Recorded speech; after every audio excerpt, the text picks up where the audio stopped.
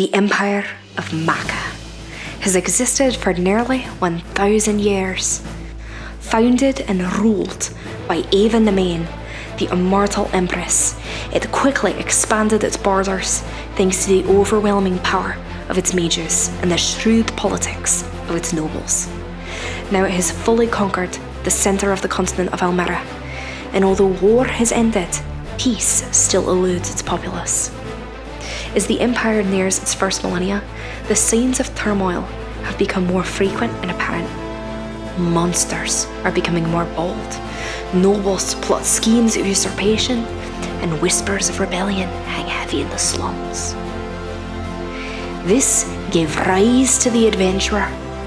These strong individuals of all races and classes lend their might to the citizens of Maca to drive back monstrous incursions. There are even adventurers who perform deeds so noble that the people can see beyond their race to the hero that lies within. There are those who criticize these adventurers and claim they're nothing more than pawns used to advance the political machinations of nobles. Despite the immortal Empress herself making fewer and fewer appearances, there are those whose faith in the Empire remains unshaken, but the wise know that it only takes a few sparks to ignite the flames of change. Allow me to introduce you to these sparks. Welcome to Elmera.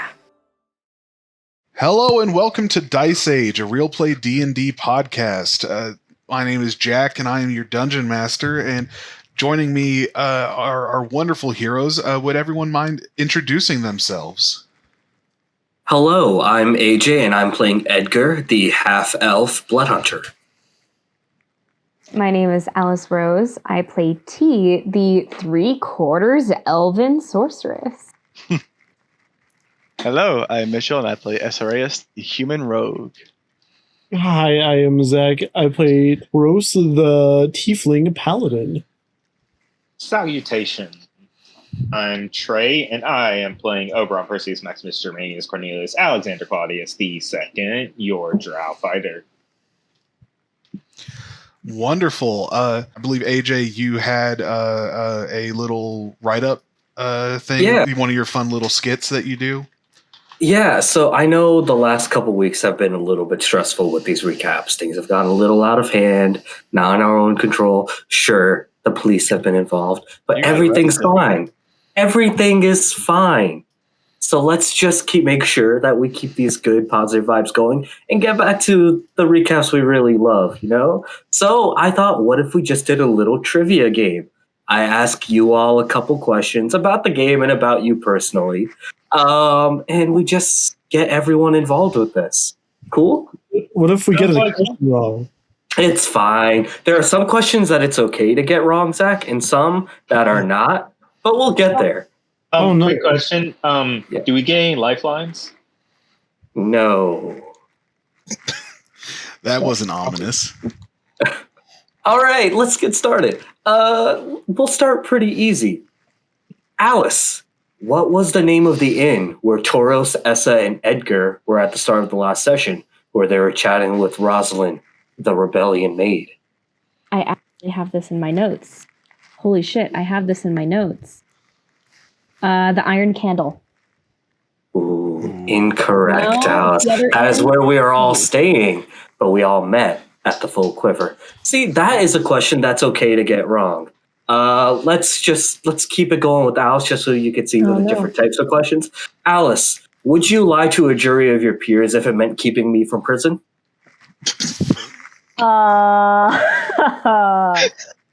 I'm gonna say, sure. We will take that. We have it on recording. Great. Mitchell, Good. what was the name of the halfling that worked for the Maid in the Rebellion who was captured while following Lord Rochfort? Thayer? Correct. Good job, Mitchell. Second question, follow-up. If I hypothetically had the murder weapon used by the cool kobolds, how would you help me bury it? I would dig a hole. We'll work on that. I'll give you half correct for that one. Trey, what does Lord Rochfort want you and Eileen to do? I'm going to assume to become wed to one another, and or You got it. Yeah, exactly. You got it. And Trey, you'd never rat me out to the cops, would you? Especially because I know what happened at the McDonald's in Tuscaloosa on May 21st. I don't like this game. Listen. We signed a blood pact. Yes or no? It's a simple yes or no, Trey. Would you rat me out? No. Perfect. Beautiful. Zachary, who Okay. did Eileen Rochfort look like? And what was the one thing that was different between them and T? Oh, thank God, that's an easy one. It looked like she looked like T, but she had different eyes. They were green. See, this game is so easy. Now, Zach, finish this phrase. Snitches get? Fancy new bridges. No, you know the answer, Zach. I don't know if I do. Ooh. Well, we'll come back to you on that one. No, Jack, no. during Oberon and Eileen's conversation, what did Oberon promise he and the heroes would do to help her? He promised that he would bring justice to her and her lover. Exactly. Good job, Jack. Now, if we were all to go to jail, would you be willing to smuggle in a rusty spoon up your butt for escaping purposes? I've had worse things up there, so sure. Beautiful. We'll just do a quick lightning round of some of the smaller things that happen in the game. Then I have one final question for everybody. All right? Alice, who did Rochfort want T to deliver a note to? Lord Richmond. Mitchell, why doesn't Rosalind the maid trust us?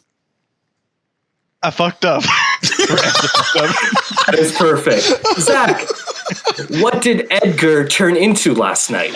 Oh, he took his fun little Sylvan form. Yeah. Trey, are the heroes going to agree to work with Rosalind the Rebellion Maid to save Thayer? That will be determined on this episode of Dicey. Exactly. And Jack, where did Eileen say Lord Rochfort goes to at night?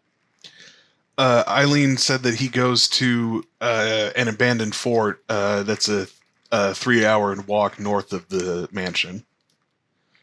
Guys, you all are doing fantastic. Just final question. Scale of 1 to 10. Thoughts on faking our own deaths to get out of legal trouble? Oh, I'm down for that. No, down. Like an 8? 10. Perfect. Wait, what? You said scale of 1 to 10, but you didn't say what the 1 and the 10 represents. Oh, yeah. 1 means we're going to have a conversation, you and I. 10 means we're buddies. We're bros for life. Well, I'm bros for life with everyone here, so I guess I have to pick 10.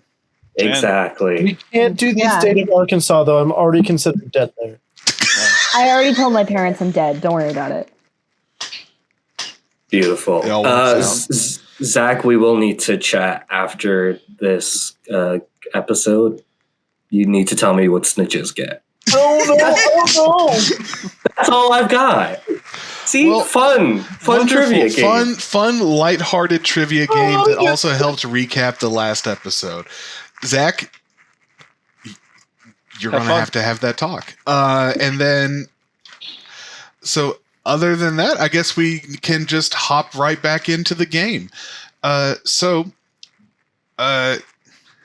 Oberon, you have just had your meeting with Eileen.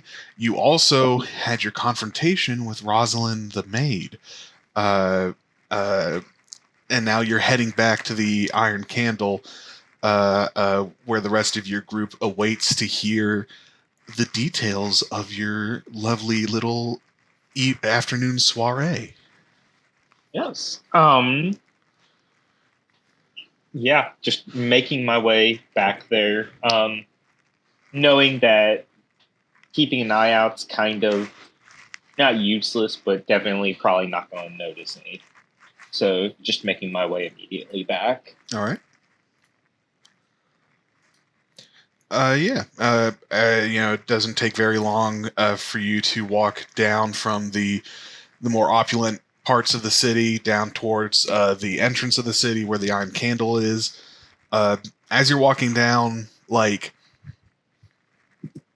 you're pretty sure no one's actually keeping an eye on you, because you do remember your friends telling you that Rosalind put a freeze on all of the operations by her agents. But there is still that, like, little bit of paranoia in the back of your head after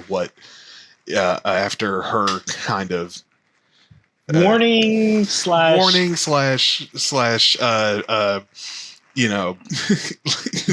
promise. Power move. Power move is a good way to put it. So you walk back to the inn.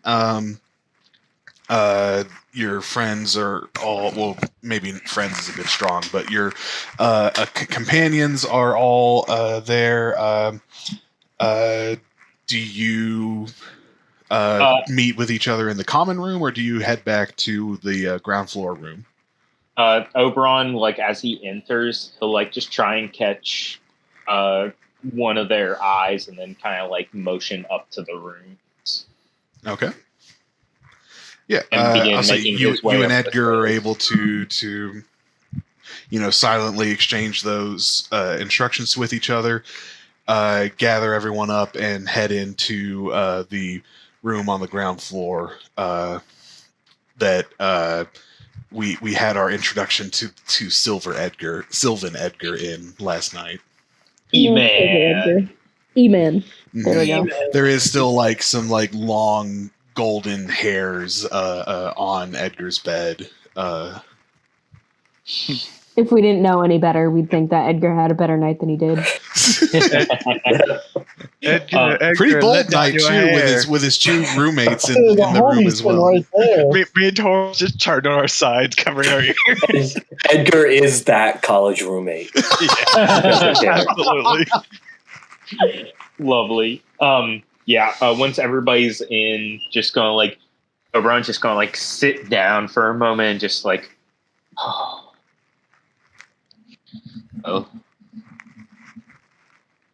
it went good. I have the location of where Rochfort's been going.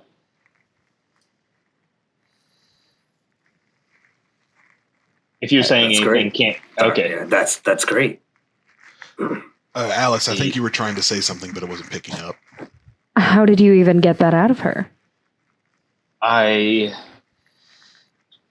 had to let her know that me and you and he'll, like, that we were in town to help, to investigate, I should say. I didn't give away real names. As far as they are aware, you are still Julia Richmond, and I still Leon Fowler. So she knows that we are here to help. And so she just gave you the information? Well, I said that we would find out what happened and justice would be... Oh. And Oberon realizes he left out something. I found out the fate of Harrison. Oh. He was not brutally, he was murdered by Lord Rochfort. Apparently him and Eileen had a relationship that he was not very fond of. I didn't dig too deep into that one. Give me a deception check, Oberon. That's why I just rolled this TV. Nat 20. Nat 20. Nah, one. Nah. Hey, not that bad at all. 17. That's a pretty good Insight, deception. motherfucker. I'm coming Okay. after you. I was going to say, if anyone thinks that Oberon's, like, not telling the full truth, you can make an insight check. 14. 17's a hard one to beat. A 14 will not do it. A 15 will not do it. A 3 will not do it. Tauros? Taurus is going to try this Taurus believe his boy. Taurus doesn't have a reason to not believe him right now. We are not a wise party. Holy shit. No, we are one masshole Oberon's person a away fucking from liar. TDK. No, 1-0-0. because Oberon's one of the few people at this point that like he knows can talk, and he would believe him on that. He's like, you know what? Oberon's kind of been the one person around me besides T that could actually like talk. Mm-hmm. So you know what? I'm gonna trust him on this. Okay, yeah, Oberon, Poor decision you maker. successfully perform a lie of omission. So, after that, I said that we would find out and gather information that would help bring her father's crime into light. Well, I think we've definitely satisfied Lady Ward's curiosity. She wanted proof, though, right? Or did she just want knowledge? Do we have... And Oberon's going to, like, just kind of... We have to think for a second. We don't have anything concrete unless we could get Eileen to Ward. And we don't have any proof that that Harrison was murdered by Lord Rochfort. We simply have her word, but if... Did she say she saw it? Or did she say she was told about it? She was not in a state of mind at the moment. Did you, Oberon, I'll let you make a retroactive insight check to see if you can like, because she said he was killed. She didn't specify how she. She didn't say like whether she heard it or whether she. And Oberon wasn't like, "Whoa, were you there?" It's like, really? Did he really get murdered? Are you sure about that? Man. this is Oberon's time. What's that insight? A 19 insight. Holy shit. Okay. Right? Yeah, Oberon. So from thinking back on how she talked about it, you feel like the way that she talked about it, she was obviously very distraught and upset about it, but not the way she would have been if she had seen him get killed. Like the horrified. You're right. Like, so she believes he is dead because she was told he's dead, not because she saw him get executed. She was told, I'm going to assume her father told her. But then that also brings to light the possibility that He's alive. maybe On the run. alive on the run or alive in capture. Yeah, that was my thought. Do you know where Lord Rochfort is heading out to almost every night? Yes, it is an abandoned fort about 3 hours north of town. Productive tea. Can I make an insight check on T? Edgar still wants to know how T is feeling with this potential connection, hearing about what might have happened to Harrison and all that. Yeah, I'm going to say, unless T is like actively trying to not... First, I would ask, is T like kind of showing interest? And then like if she's actively trying to hide that interest. So she is definitely fascinated with this, and she realizes that there is some sort of connection, blood-wise here. She does not know what that connection is, and that is kind of what's keeping her at a foot away. Mm-hmm. You can tell that she knows, like she's got her hooks in it, and she is deeply interested in figuring this out, but she also very much has this persona that you see in her at all times of this like blasé kind of windswept, if you will, attitude about it. Okay, so then I'll say that with that, T, you will make a contested a deception check against the insight from Edgar. It looks like Edgar rolled a 13 and Five. T rolled a 25. So Wow. Edgar, you're like keeping an eye on T's expressions, and Boy, T Edgar. looks as like blissfully uninterested or just barely paying attention as she always does. Mm-hmm. But I since just you're hear- around her for a couple weeks, you know by this point that that's her like That's kind of a defense constant- mechanism. Yeah. that's her costume that she wears. I just hear in the back of my head my Sylvan form be like, her hair looks fantastic today. What kind of shampoo does she use? Oh no, is Edgar turning into Deadpool with the different Yes. comic Whoa. bubbles for the different personalities?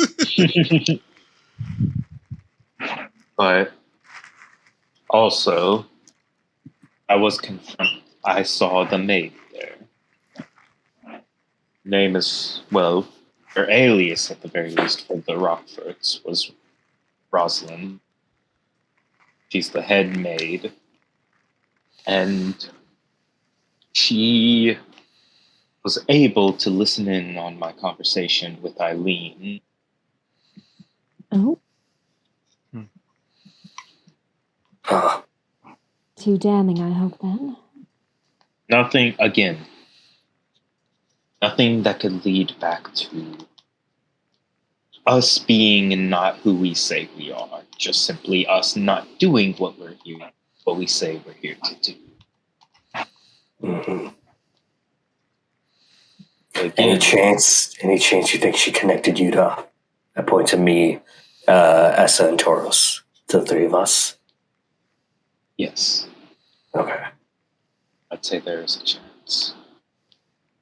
So, I believe it would be in our best interest to go investigate the fort by ourselves. We still have our meeting with this Rosalind later, do we not? We can keep it simple and let her know that we're gonna go to where Thayer was looking. If we find answers, we find answers. And we also want you to have Rosalind, if somebody has a spell that can connect us to her through distance. If Lord Rochfort leaves his manor tonight, we'll be on the time limit there before he gets there. I do Don't- have a message spell, but that's only 120 feet. I don't like it. I don't like dealing with Rosalind or Ellie. I think we would be better served if we just went. Said we wipe our hands with them and move on.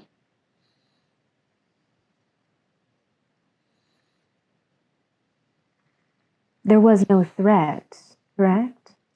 Work with me or yada She'll- yada. Just she'll- don't expose me and I won't expose you. Don't expose her, and she won't kill us. Although she'll be very pissed at us if we leave her hanging. But that's all. I just don't want to make an enemy out of her.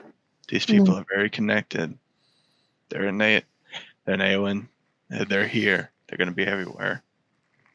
If we form an enemy, then I'll make any jobs in the future a lot harder than it needs to be for all of us.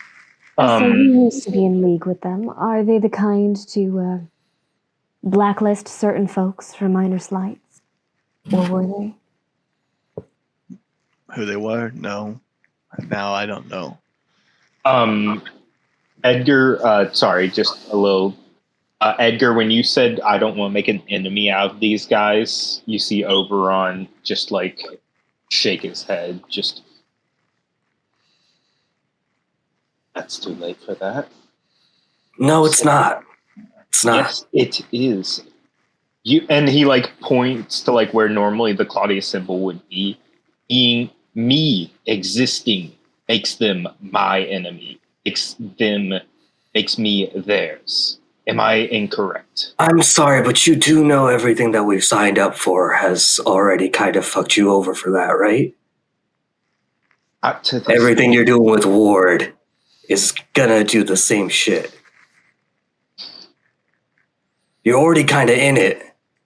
Yes, and I don't want to continue to give more people access to the hole that I'm digging. Yeah, but she already kind of knows. She doesn't know I'm a Claudius. So then you don't have to meet her. Let me just go say, hey, we're going to the fort to do what we got to do. We'll let you know if we find out about Thayer. But I'm not trying to stand up someone who I've seen easily manhandle 3 hunters. And we wouldn't be promising her anything. We would just be letting her know that we're going to investigate. If it turns out that we find nothing, then we found nothing. Right now, I don't think she can afford for us to be her enemies, too. Especially because we know her little secret. And I know a lot more. Nah. Tauros, you've been kind of quiet this whole time. Is that new for Tauros? Tauros, you've been breathing louder than normal. Something going on, man? He's just like punching a wall while this is happening. He kind of like face tape to it. he definitely has been listening, but you've seen he's just kind of like been like cleaning his gauntlets off as we've talked. It happened. He took them off of Oberon's hands and started cleaning his gauntlets. Or is he just washing his hands? He would be cleaning his sword then. While he Okay. was, as he just kind of like listens, he looks up at the mentions. We're up shit creek. I've never done something like this before. I don't know if I'm the one that should be pointing shots. I think I'm the one that should be pointed to punching and hitting. That's usually what I do best. Sounds like we're going to be potentially doing that tonight. That is something to think about, because if you guys are going to this place, there's the potential for conflict. If you break into this fort, you may have to fight people that are loyal to Rochfort.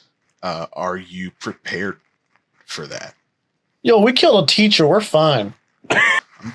I'm just saying. Seamus wasn't a noble, though. No, I know. Now, these would be guards, so they're likely not nobles, or if they are nobles, they'd be like from a very minor house. So it's not likely that you're going to be fighting nobles, but thinking back to the guards that you saw in Rochfort Manor, all of them were elves. Mm-hmm. We have the location.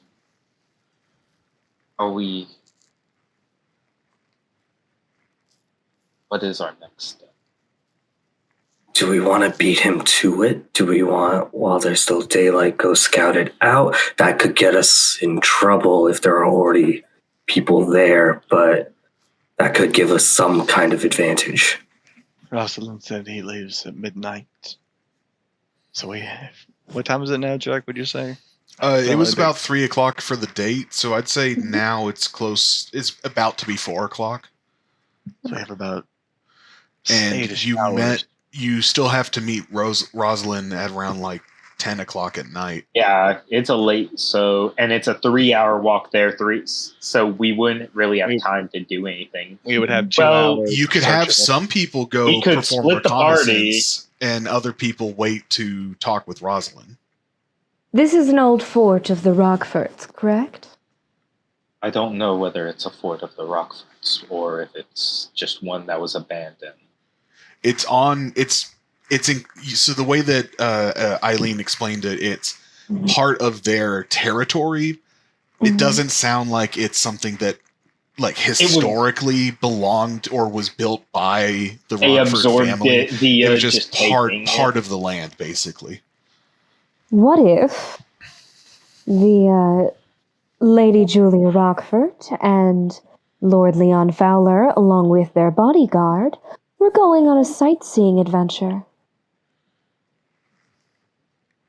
to historic areas in the Rochfort town? Yeah, give me a history check, someone. Yeah, I'll do it. I know as well. nothing about that. I'll try. That's a You nat don't. one from T. Damn. Good. Over on those. It's a 23. It Damn. looks Insight. what's your Trey? It looks like you rolled insight instead of history. Oh. What's the difference between your insight and history bonuses? That'd be just a flat 20 then. Just a flat 20? Okay. Yeah. Yeah, it's a plus 1. Essa got another nat 1. Tauros got a 3. Tauros, buddy, like you got to know at least some of your history if you're going to be a paladin, my guy. He was doing pretty well at the beginning. The beginning of the sessions, he was doing all right with history. Okay. So T and I mean, it makes sense for T and Essa to have absolutely no fucking clue about the history of this region. Oberon, with a 20, you know that that fort was likely, considering the way that she talked about it and about it being abandoned, it's probably a leftover from one of the wars, most likely against like Asori or some other kind of monstrous race, as like the empire was spreading out and laying claim to areas. If it was something more to do with like the war against the dwarves or any of the other conquests, it might have been preserved a little more or more known about. But this was probably just some sort of minor station that didn't feature heavily in historical battles. But yeah, if you can pull off the idea of you or T being just like big history enthusiasts, maybe you could get away with that lie or cover to go take a look at the place. Yeah. And who would be our bodyguard? Well, it's whoever feels like they wouldn't be missed at the meeting with Rosalind. You're gonna need someone who can do recon. Yes. Our sneaky guy might be helpful. I'll be But do you need don't- Essa for that meeting? I'd rather not deal with these people again after this. The only thing I'm worried about is if we do get caught, the perception of having no. And he turns to Essa and Tauros. I mean, absolutely no offense, but Tauros, you are most likely better off going to the meeting. I don't know how much more well received Essa would be. You would know human bodyguards aren't uncommon, especially if they're adventurers. It usually a more like sophisticated noble would have something more like another elf as a bodyguard, or maybe like in the case of your father, a dragonborn is one of the more ferocious, quote unquote, type of creatures as a bodyguard. Like an exotic status symbol kind of thing. With a human, now with your cover as a Fowler, it wouldn't be out of the realm of possibility to have a human bodyguard, considering you would be considered a minor noble at that point. That's true. Not really able to like have the prestige of having like a full, like an elf bodyguard. Right. Mm-hmm. Oh. And I think maybe Essa would be our best bet. What say you, Essa? I'm up for what? All right. Then So- I believe it would be best if we set out almost immediately. Now, before you do that, Oberon, you were given something to give to That's T. right. That's right. By the way, whether or not you do that. T. And he'll pull out the letter. This was the letter for Lord Rochfort. Ah, yes. She'll take it. She immediately shoves it down the front of her shirt. Okay. Nothing new. All right. So now T has the letter to Lord Richmond from Lord Rochfort. Okay. All right. Sounds like what we're going to be doing is having the party split up. Again, Yeah. A lot of party splitting happening these past few sessions. There's a lot to get done. So we'll be having T, Oberon, and Essa doing a little bit of reconnaissance over at that fort. And then, meanwhile, Tauros and Edgar waiting to meet with Rosalind. All right. In that case, I think we will follow the reconnaissance team first. So the three of you. What are you all doing to like get in character? Is there any change to your appearance? He's still in his Fowler outfit. Nothing Claudius on him. So I just want to clarify. You'll still be wearing Tauros's armor. Yes. Okay. Yes. So Tauros will be going to the meeting without his armor.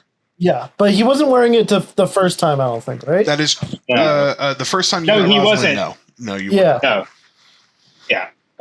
Just wanted so to make sure I've got that. Yeah. Yeah. He does put on the dress she's more comfortable in instead of the more ladylike dress, but she still wears the Rochfort or the Richmond pin. Okay. And Oberon is just going to turn to Essa and say, "Listen, I'm saying this to be rude. I'm saying this to keep the cover up, potentially save us. You're a bodyguard. Don't speak unless you're spoken to. You have to be respectful."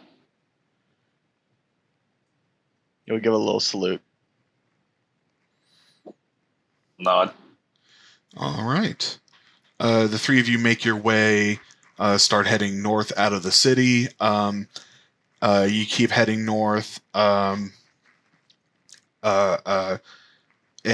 after a few hours of travel, you start seeing this very ancient-looking, small stone series of buildings up ahead.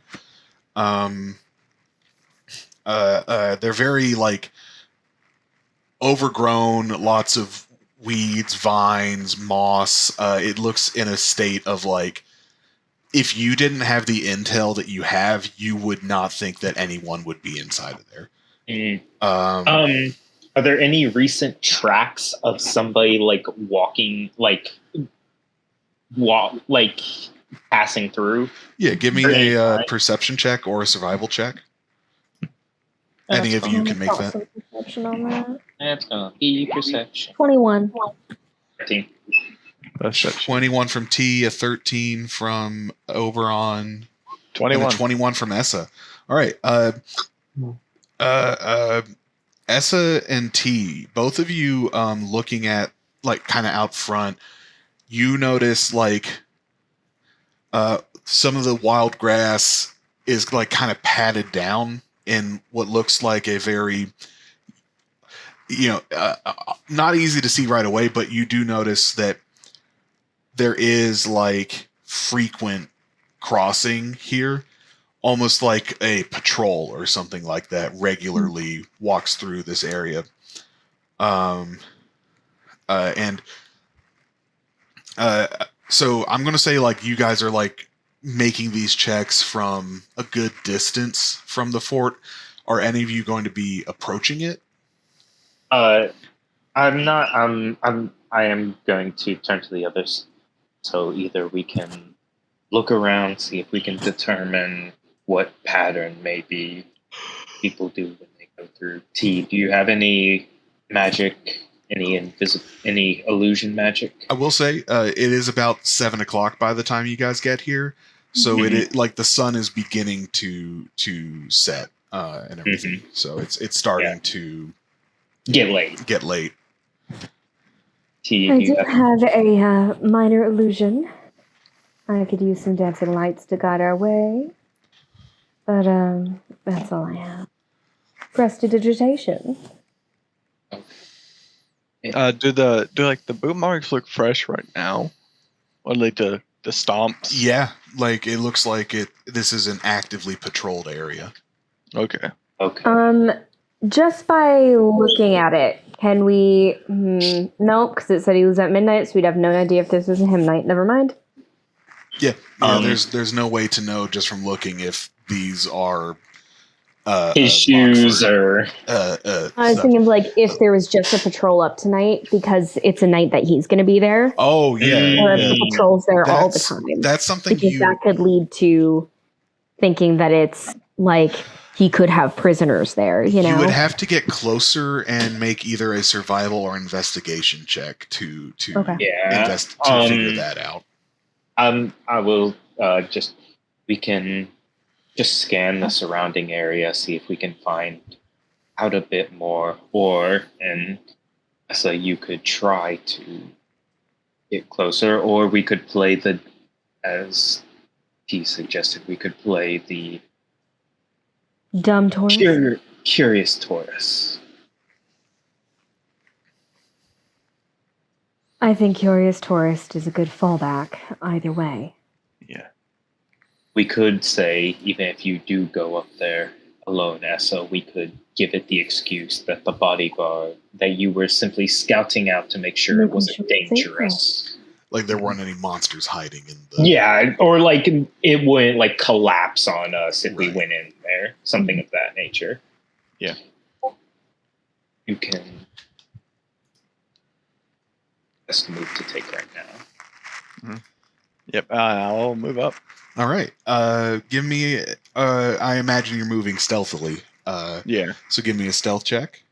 18. 18. Not bad. You rolled a 10. Okay. So you creep on up. Let me see something real quick. As you like kind of get close to the entrance, you hear like the murmurings of people inside, but it doesn't seem like they've noticed you. Okay. How far? So this fort. Okay. How far away from like the entrance? It sounds like they're kind of just inside. Okay. Like the door is shut. It's like an old wooden door that's like barely hanging on its hinges. On this like crumbling stone wall. Yeah. Okay. I'm gonna. They have dark vision, so I think they could still see me. So I'm gonna flash, kind of put out like 2, and then point it inside. Okay. So I feel like you said like a couple, right? Like there's at least 2 people talking to each other. Yeah, at least 2. Got you. All right. Yeah, you need to make a perception check to try to discern anything more specific. I'll try that. Okay. 12.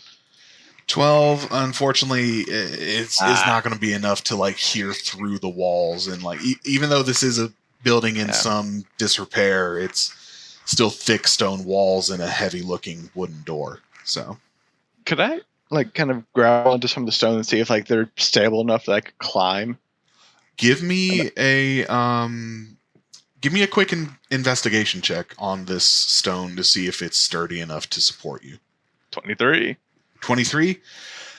It would be tricky. It doesn't look like it's going to completely fall apart from like a hard knock or something like that, but some of the stone, you would have to be very careful about how you climb it to make sure that none of it like crumbles away and makes any noise or anything. Yeah. Give me a second. So like basically you need a pretty halfway decent acrobatics check to climb it undetected. Could I use like, because I have one, just see if I could. Could I try to use like a crowbar to help me give advantage to kind of hold leverage onto certain things? With a crowbar, I'd say like it wouldn't give you advantage, because if you stick it in the wrong spot, then you're gonna end up just prying a stone loose instead of using it to support your weight. Yeah. Like if you had like some like pitons or something like that. I do have hammer and pitons actually. There you are. I'll say with that 24 investigation, you're able to find like a good solid spot you can gently smack a piton into to like climb up onto the roof if you want. Yeah, I'll do that. Okay, yeah, I'll give you advantage on an acrobatics check. All right. And you'll use up one of your pitons. 27, 23, 27. Damn. Yeah. You like you find that right spot and like so like you signal to your friends that there are people in there. And then you take out a hammer and piton, and I don't know if either of the elves who are watching like kind of tense up a little bit when they realize what you're about to do, but you find like a good spot in the mortar of the stone to just and it silently slides in. Thankfully, you find it like a spot that's like deteriorated enough that it doesn't make a loud clunk, but not so deteriorated that it won't support you. Loop a rope through it, and then scale up the wall. You're on the roof. Yeah. I just kind of thumbs up to the T in the distance on the hill just gives like some golf claps. Mm-hmm. I try to look out. I can barely see because I don't have dark vision. So Essa shouts, "Guys, look! I'm on the roof." He's on the roof. Yeah, standing on the roof, you see that the building's layout it's kind of like a capital F almost, with the entrance and then a hall leading to the right, and then another hall leading further down to the right. There's like between those two halls is what like looks like used to be some kind of campground or training area back when the fort was in use. But it looks that part especially looks just completely abandoned. Like there's no one. Is there like I know there's no one, but is there any light coming from anywhere? The walls of the fort are pretty sealed up. There is like some vents along like tiny grills along some of the sides of the wall, like near where the wall would meet the ceiling, and you can see like a little flicker of torchlight and like smoke coming from the torches through the vents so that no one dies of asphyxiation in there. Yeah. But other than that, it's like nothing lit up well enough for you to like get a look inside or to light up the area outside beyond like a little bit of like dim light pooling just outside the grills. Yeah. Let's see.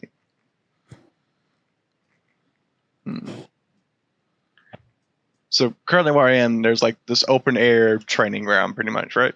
So you're on the roof right at where the entrance is. You can still hear the people beneath you murmuring. Yeah. All right. Can I move around and see if I can find like any other like entrance through the roof into this building? Hey. Yeah, so you can like try to scout out, see if you can find like a hole in the roof that you can like peek in through. Give me I will need a perception check with disadvantage as you try to walk across this roof to avoid any spots where like too much weight will give way or something like that. 9. I'm going to make a quick roll real quick. All right. Oh, the other one was a 22. That was a natural 20.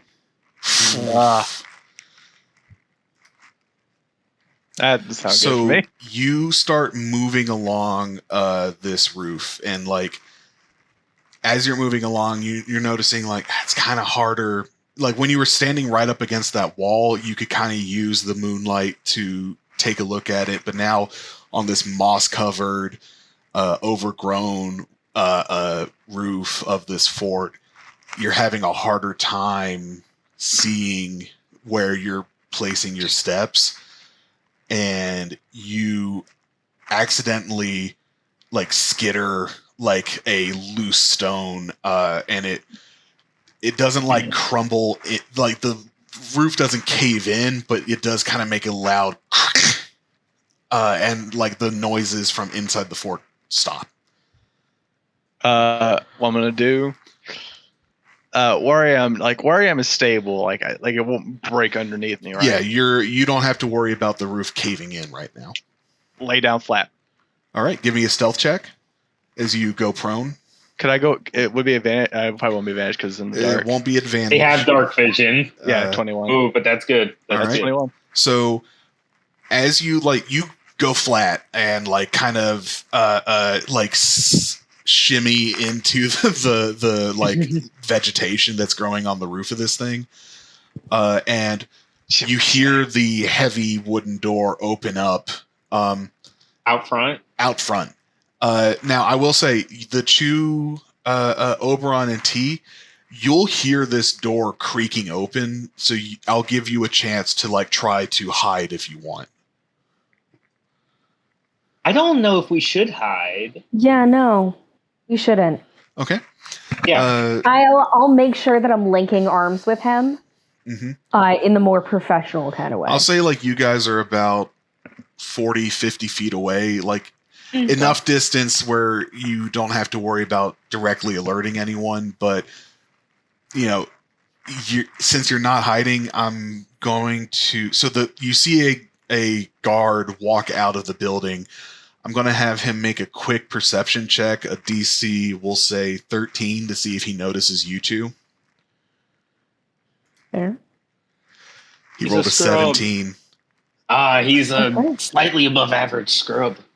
And he walks out, and at first, like, he's looking up at the building, like what the hell was that? Mhm. And then he sees you two, and he goes, excuse me.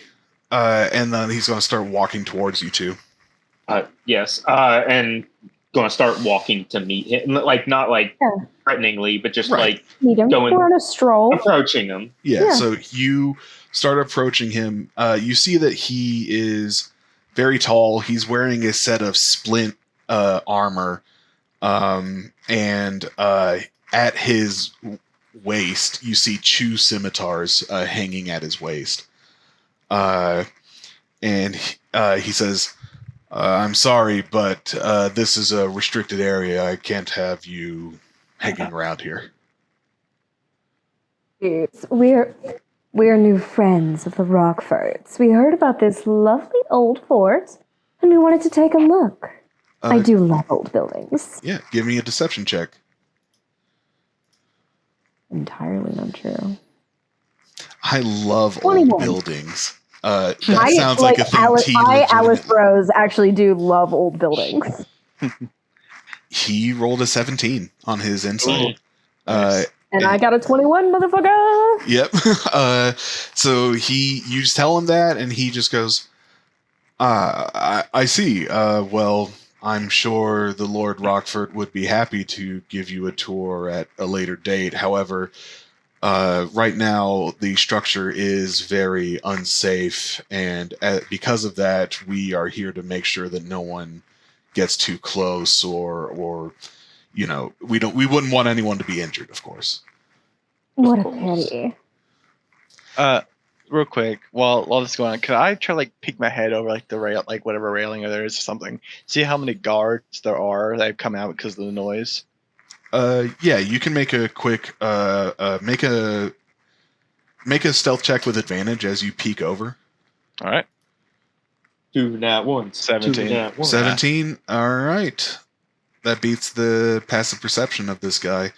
Do we see this happen? Yeah, you behind him? guys are like Tap talking his like shoulder. right behind, like a few like yards back. You see Essa like's head like kind of peek over the edge. And then slowly recede. So Essa, So like, imagine they saw it. It's like they saw Ezra Essody like kind of skid down the roof. You kind of catch yourself. Like here's the noise. So it just really hits the deck of the floor of the roof. mm-hmm. You I peek kind of out. give Oberon's arm a little squeeze, like, should we mention? Like a little eyebrows raised glance at him. So as you kind of peek out, you see there's just this one guard here, but you do hear like more voices from within the fort. Okay. Can I make a perception check to see if I can count how many this time? Yeah, absolutely. All right. Closer. Wow. Another 12. 12. Fuck me. Unfortunately, The with a door 12, is open. the door is still open. That is true, but he is on the roof trying to not be detected. So Okay. That's fair. With that, could I don't want to like move around too much because I don't want to give my stuff away and get them in trouble. Could I try to like roll and kind of see if I can hear any other place that sound like other place that have voices basically other than the front? I'm gonna need a stealth check first. Yeah. No advantage. 27. 27. That was almost a nat 20. Ooh. I'm gonna say you're able to kind of like creep around. I'm saying like if you're staying prone on the get flush against the surface, I'm gonna say that gives you like you can like kind of tap out ahead of you so that you can check to find like any weak points so you can avoid making that noise again. And give me another perception check as you kind of like move across the roof here. Finally, something higher than 15, 16. 16? Okay, yeah. So as you're kind of crawling around, you can make out the voice of like oh, and now I'm looking at this thing and I'm realizing it's more like a C than an F, but anyways. Okay. I kind of see what you were saying, though. Yeah. Like, there's the one main corridor and then the two offshoots. Yeah. yeah. It It looks like the top half of a capital F. Right. Yeah. Okay. But anyway, so you definitely hear two voices directly beneath you at this entryway. Mhm. And like let me know, are you crawling horizontally or vertically, like going further down the main hall, or are you heading down this first turn? I'll head down this first turn for a bit. All right, so you start crawling through, the voices kind of dissipate as you get towards the end of this hall. In like you see like the outcropping of like a larger room. As you kind of near that, you don't hear voices, but you hear like the murmurs of like heavy breathing. It sounds like people are like elves in their trance. Okay. Like the kind of mumble speak that some elves do when they're trancing. Yeah. With that, you can. It's harder to tell because they're trancing, so you can't pinpoint how many of them are there. But you do notice at least several distinct people. There's more than one. More than one. Yeah, we're dealing with a lot of the guards right now. Yeah. There's at least two still inside the entryway, one outside that's talking to you, and then God knows how many in here. So you're doing that. The guard who is out there talking to Oberon and T, he says, "Right, I understand, but two of you have a good night. Be careful on your way back into the city. Actually, would you like me to escort you back to the city since it's so late?" Thank you for the offer, but it seems like if you seem like you're very capable, so I assume that this is your post. We wouldn't want to take you. I can appreciate that. As beautiful as this place is, I'm sure you have your handful keeping folks away. Right. He kind of feels like you're insulting him a little bit, but he's not wanting to call it out. So he's not ready to challenge it. So he's gonna, with kind of like that attitude of like someone who's like fucking nobles, like turns and walks back into the fort and shuts the door behind him. I'm just going to turn to T and now may be a good time to message Essa and tell him. I will send a message. All right, that's the message cantrip. Just what are you saying with it? We were seen. I think we have to leave. He goes, Hot singles in your area. Esther just goes, all right, checked one hall, more guards. There's still one left. Don't know what's down it. All right. So Essa, do you try to do more reconnaissance in that second hall, or do you leave with your companions? Esther's not going to risk it. He's going to hop off. Very fair. Right. Just give me a quick acrobatics check as you hop off of the. Could I try to go back to where like the Python was and use that again? Ooh, okay, yeah, you can do that. I won't make you roll for it. Okay.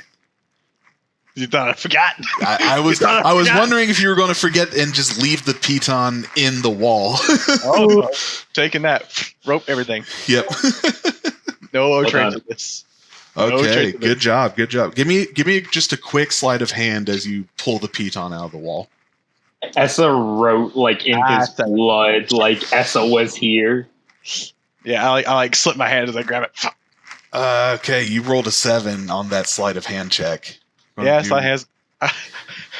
I built an assassin. To be fair, that's kind of that's this whole deal. Okay, let's see something real quick.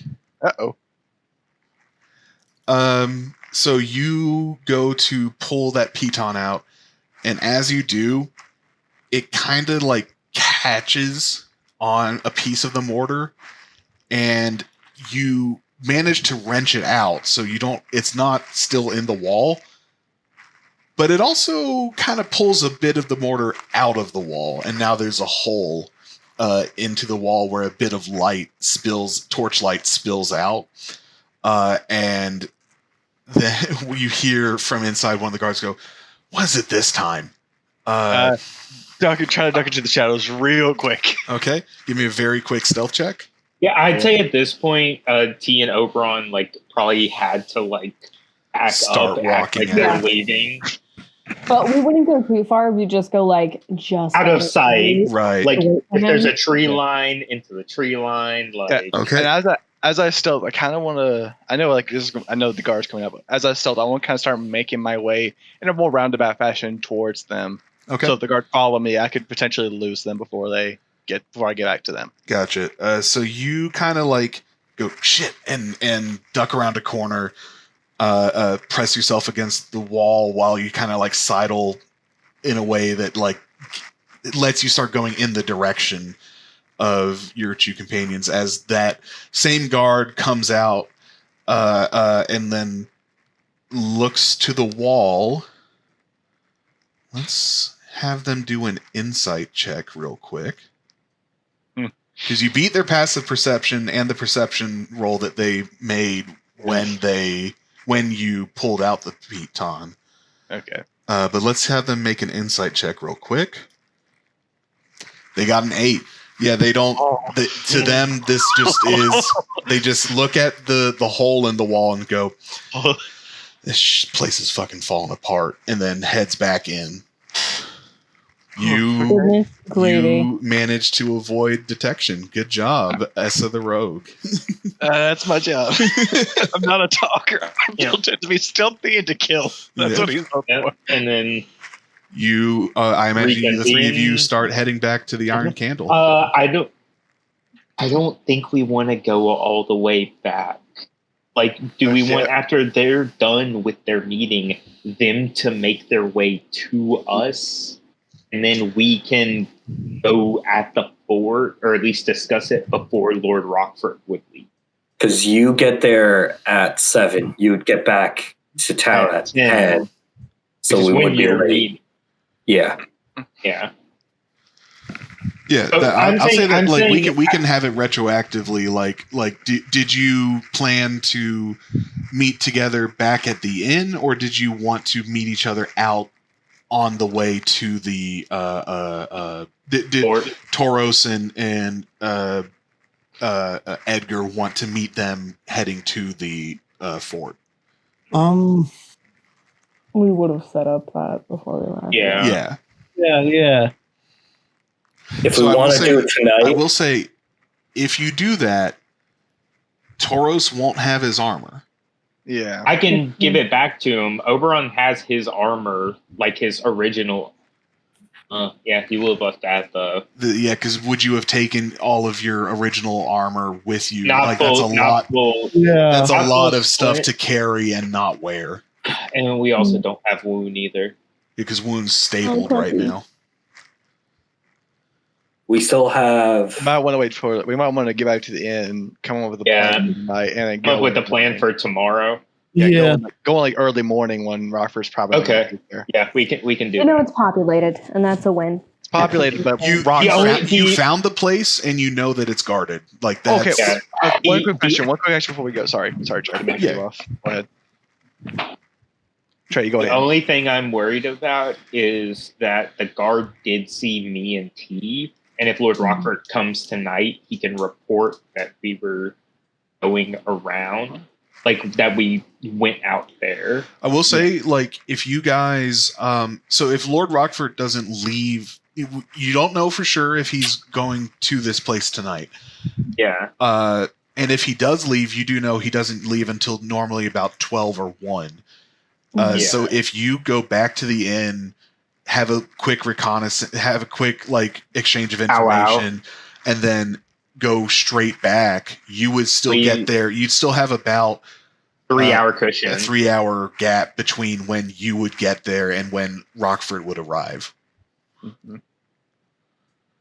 I'd say, our best bet is probably just to head back into town then. Okay. Yeah. Yeah. So my question was: did the guards look heavily armored? Did they look like his elite guards? The one who came out definitely did. That splint mail and the two scimitars, like he looked different from like the guards that that Oberon and T saw at the house. The guards at the house, like some of them had longbows, some of them had spears, but this guy, but none of them had like the level of armor that this guy had.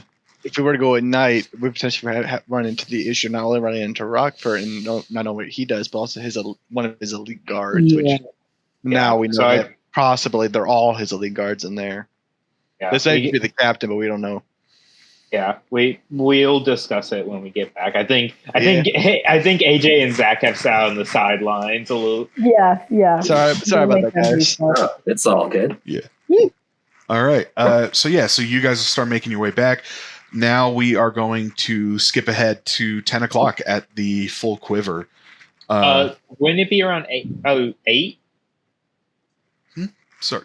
He was saying that 10 is when the meeting is with. I thought it was Rosalind. 8 was the meeting.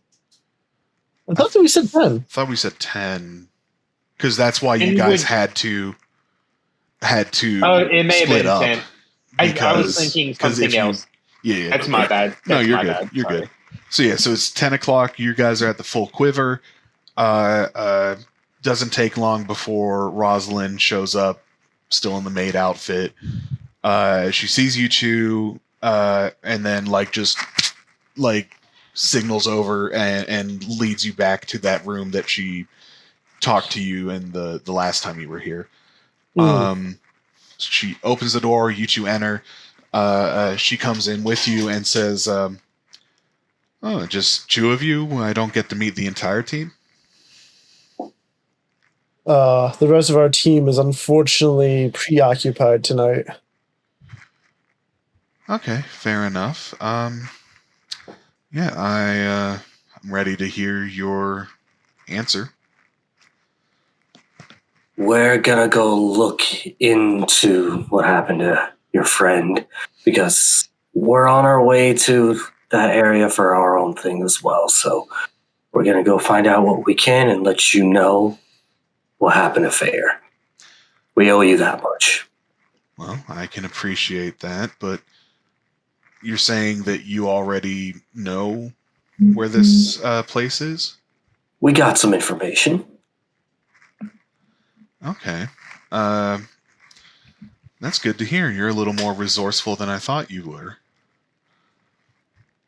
I can't convince you to actively work with the rebellion on this one. We're doing our own thing. We want to make the world a better place, as I'm sure you do too. But trust is a hard thing, as I know you understand too. What? Better place. Oh yeah, we're definitely working towards that. Taurus's face kind of sours a bit when he said when you say that. Now I imagine Taurus doesn't actually do that because he's a little more disciplined than that. Yeah, he's got his stone cold face on right now. Yeah. We'll help you. We owe you as a favor for the leads you've provided. We'll see what we find out because it aligns with us, and we'll get you what you need to know. But beyond that, I think best for all of us if we don't get too involved. She listens to what you say, and then she kind of smirks a bit and then says, you want to make this world a better place, and you don't think that deposing Lord Rochfort would be part of that? She's a human, right? She is. Yeah. Human to half-elf to tiefling. We know there's a lot going on all over the place. And sometimes you gotta pick the battles that you're in for how you want to make a difference, because this isn't the only place where shit's going wrong. We got a lot we're trying to learn on our own. Yeah, and she nods and then she says, the rebellion used to not take as active a role. People, part of it, thought that it was best if we just laid low, carved out our own space, did our best to not draw attention. That didn't work. You're not going to be able to make a safe new world without burning something to make room for the new thing.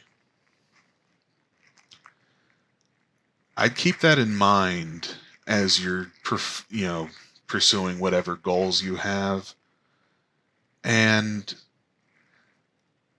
I'd also advise you to think about your allies. You want this world to be better. Are you sure that everyone you work with is going to be willing to make the sacrifices necessary to do that? And you can tell, she's laying in some heavy emphasis. You're starting to think that she's pieced together that Oberon is working with you guys. Personally, no fucking clue. But to be honest, trust them more than I trust you right now. I think you can respect that. That actually gets a little bit of a surprised look from her. And she says, well, fair enough, I guess. I hope that you will decide to work more closely with us. I think you have a lot of potential. Especially big guy over here, she says, pointing to Tauros. I definitely think you could break some elf heads together. He's very stoned. He's kind of keeping where he was the other night of kind of by the door, but not trying to stay standoffish. But he kind of just he doesn't really look away, but she definitely sees him not meet her gaze for a second when she says that. Mm-hmm. Kind of where you're looking not at her, but directly at the wall behind her. Yeah. She's gonna make an insight check real quick. Bitch. Alice, you muted. Passes the insight check. Bro's got trauma. So sorry, dude. Sad. Toro's be like, I don't have any secrets. The maid's like, insight check.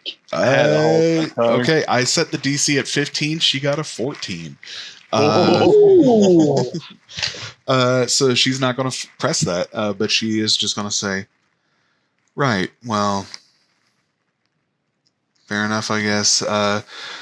Yeah, well, if you do find out anything useful, do feel free to share it. The rebellion isn't the worst ally to have. Especially if you want to make the world a better place. I respect that, and the last thing we wanted was to make an enemy out of you. I can respect that. And then she'll extend a hand. Edgar will take it. All right. You shake hands. Clocks him. She fucking she suplexes him over her shoulder. And Edgar's just like, that was so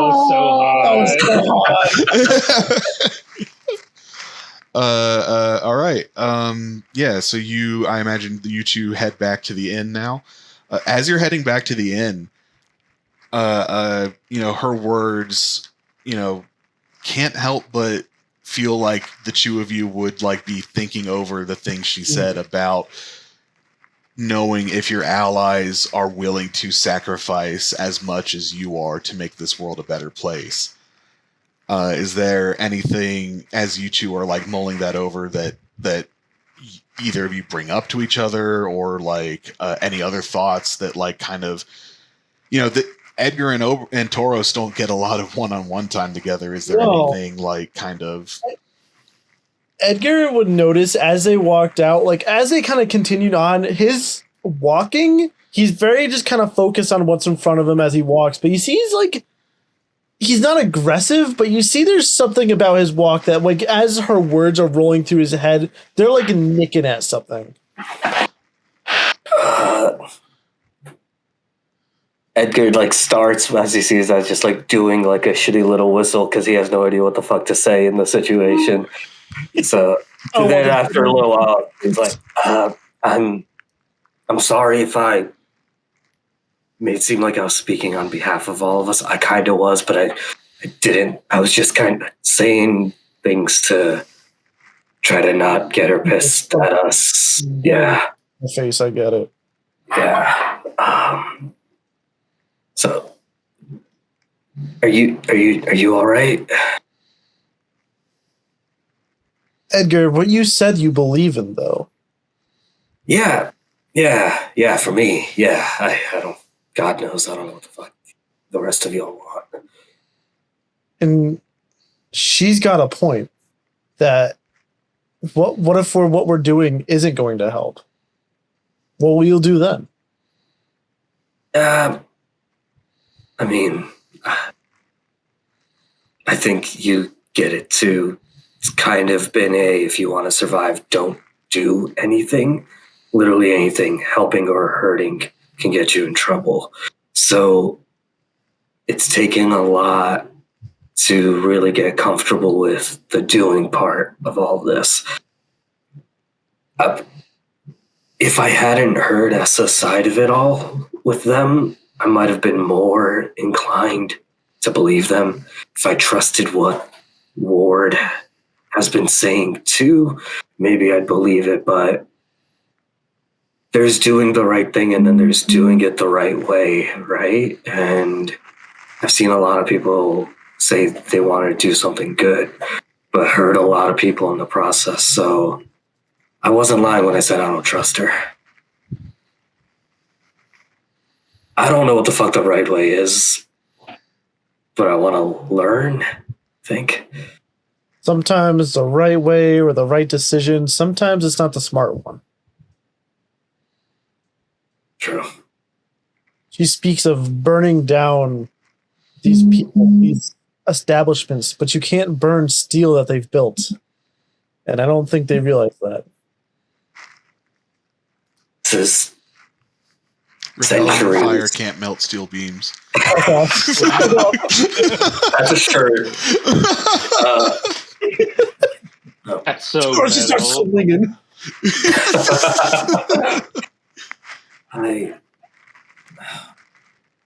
there's hundreds of years of all this shit. That's hurt a lot of people. That's created this construct of what is a person, what is not. And I don't think only using violence is it, right? Or if you're going to use violence, like you're saying, if you're not getting to the root of it, it's still going to grow back.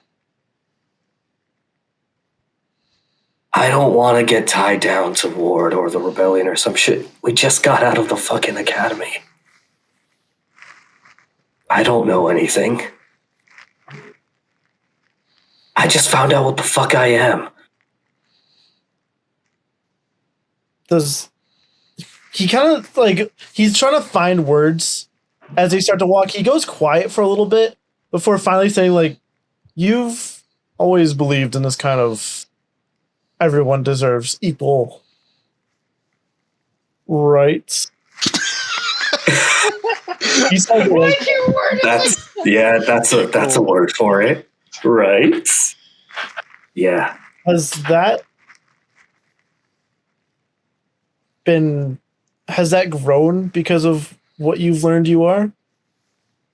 Yeah, it was how my mom taught me. We'd walk around, we'd see people at the stake, we've seen people in the stocks, and hear people talk about them, disparage what they've done. And my mom would always say, you don't know what kind of life they've lived.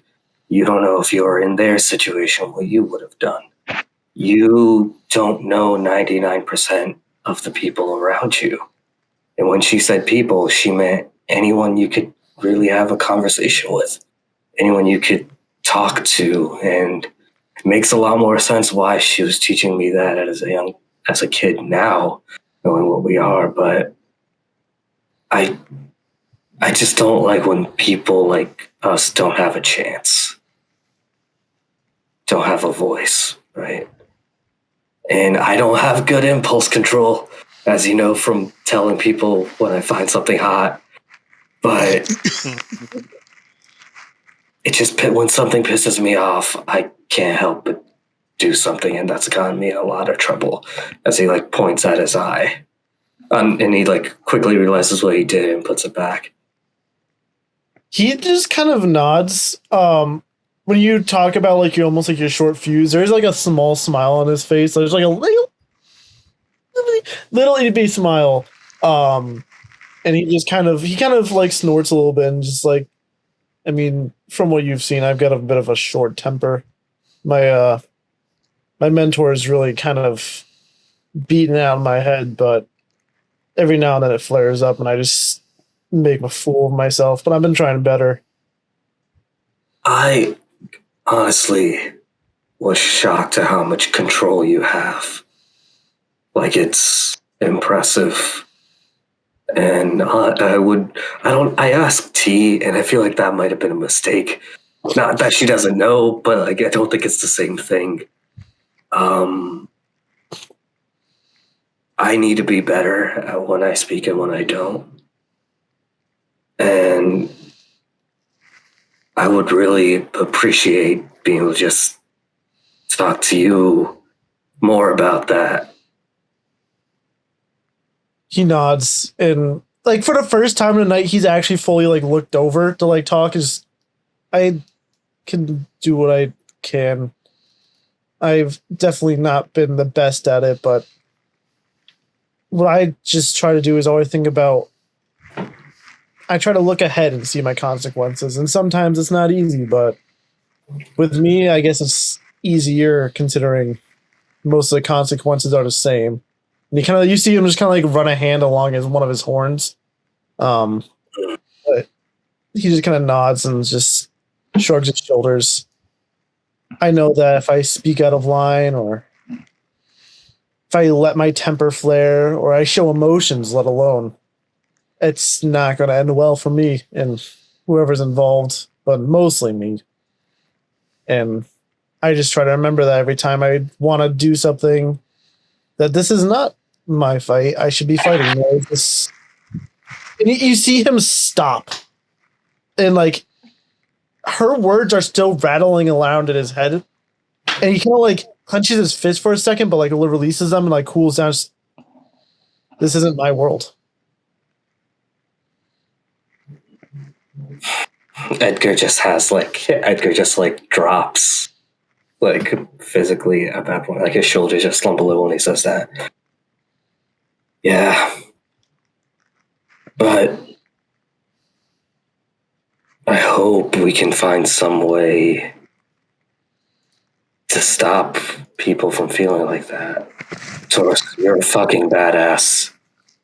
And I think the world would be a lot better place if you were allowed to feel like you were just as much a part of it as these fucking elves.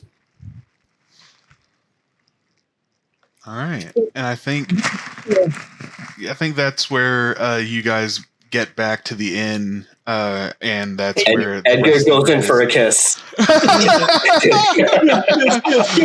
right after he's like, these fucking elves over on T show up like, hey, it's these fucking elves. Oh man. You mean these fucking elves? All right. Yeah, the group is back in your little, mission control for this Rink-a-dink operation. Yep. 5 people in a 3-person room. Yep. I imagine you all share what you learned from your different things. I bet Tauros and Edgar say exactly every single thing that Rosalind said to them word for word, right? Word for word. Edgar said everything is fine, and that was it. Okay. All right. So, what do we want our next plan? Our next plan of action? Well, there's at least 3. You may want to speak up a bit, Mitchell. Sorry, I can barely hear you. We know at least there's 3+ guards in that abandoned fort right now. And I will say it is about like 10:30 at night right now. If you want to go now, we could beat Lord Rochfort there, maybe use the night to our advantage to take out the guards, or I don't think the night would help at all if they're all elves. I don't think that taking out the guards should be our first order of business. I don't think either. We don't know if he's going to be there tonight anyway. Sure. We just need to know if he is or isn't first. Yes. I think that the best thing to do would potentially simply have Essa around midnight, a little bit before, maybe camp outside or hide near Rochfort Manor, see if Lord Rochfort exits. And if he does, then we don't go tonight. If he doesn't, we can make our move. And as T said, we shouldn't make running in there and taking out all the guards. That's not what we're there for. We're not sieging the fort. We're there to find information.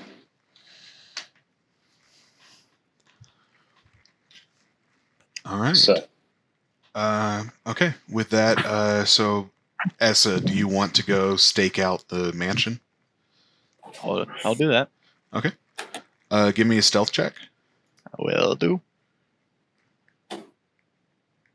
24. 24.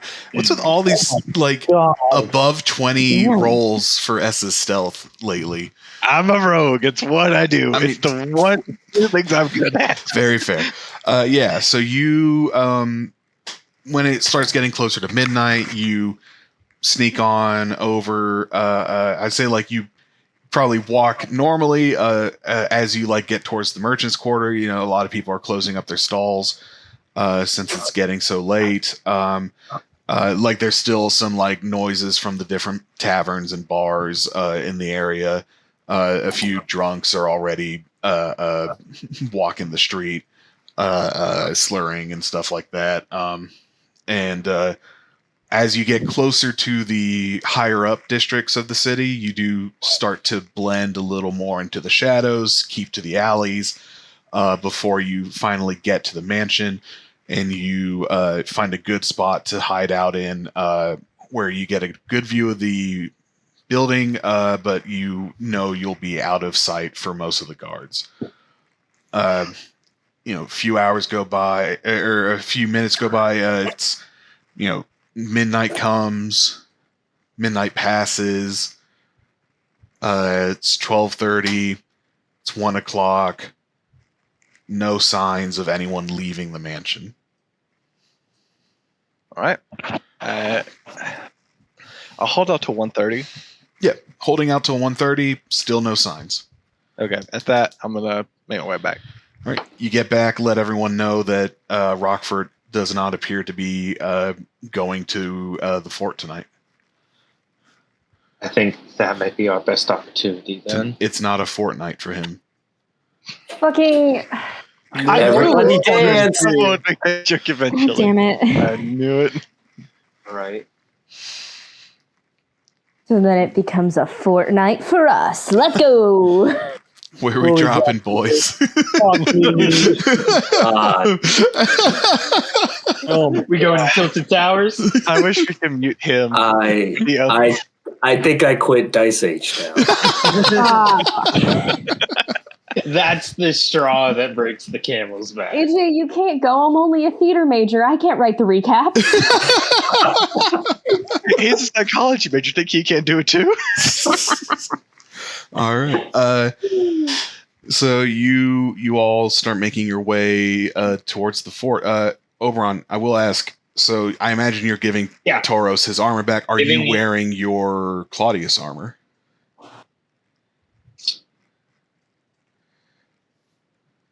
Is it possible to take the Claudius seal off your armor? I'm assuming it's like engraved. It's not like a press, like a piece of metal that's pressed on. It's like engraved or like So you could take like some scraps of fabric and like cover it on your armor, if you want. So like that's definitely an option, and like you've already taken your standard off of your halberd, off of the lance. Yeah, the lance. My bad. Mm-hmm. Yeah, I'm gonna take like from like me and T's room. I'm going to take like and I'll just take like a piece of like maybe like whatever like sheet or whatever and kind of like complimentary towels. Yeah. And like kind of just tuck it in and make sure it's like tied properly in the armor to like cover the breastplate. Yeah, I'll say like I'm not gonna make you roll for that. That's okay. And I'll grab enough to do it like once or twice more. Gotcha. Make sure it's really secure. That and have a backup in case like I get hit and it gets torn. Yeah. So there's a few layers to it too. Yes. Gotcha. All right. You grabbing one? Oh, he's not really made for stealth missions, and B, it would be very noticeable. Mm-hmm. And the fort's pretty small from what you remember. Yeah. Wound would have to probably squeeze, and he may be not a hindrance, but definitely he could like slow people down. Mm-hmm. All right. Now, as we're like making our way over there. Now, to figure out. First things first. Non-lethal. Understood. Non-lethal. Okay. Our goal is to find out what happened to Thayer. Potentially, maybe what happened to Harrison. Well, as you'll know, the first hallway didn't seem to have anything other than the barracks of the guards. Go down the other hallway. Yeah. All right. You guys make your way there. I will need a stealth check from everyone as you approach the fort. This will be a group stealth check, so only half of you need to succeed. Oh, you are asking a lot. Oh boy! You are It's up to us, Dora. Come on, big boys. All right. Essa and Edgar got over a 20. Tauros got a 7. T got a 12. Oh, fuck. Oh man. Okay. I was even going to say we should maybe have like Essa like stealth up and like throw some rocks to get the guards out. And we're already jump. Unfortunate. Too late. So you all are making your way up to the fort. You get close to it. You see, like, again, no one standing outside. You all start moving in. As you're going in, Tauros and Oberon, you're doing your fucking best. You both are just trying so hard. And then, like, both of you managed to both kick like a pretty large boulder that probably rolled off of the fort at some point, and just a loud metal clang goes out throughout the entire surrounding area. I like to mention if the guard's coming out, Essa, like next to Edgar, he kind of grabs Edgar and pulls him into the woods so they're hidden. And then you hear a, "What was that?" From In the wind. then the Skyrim encounter music starts playing.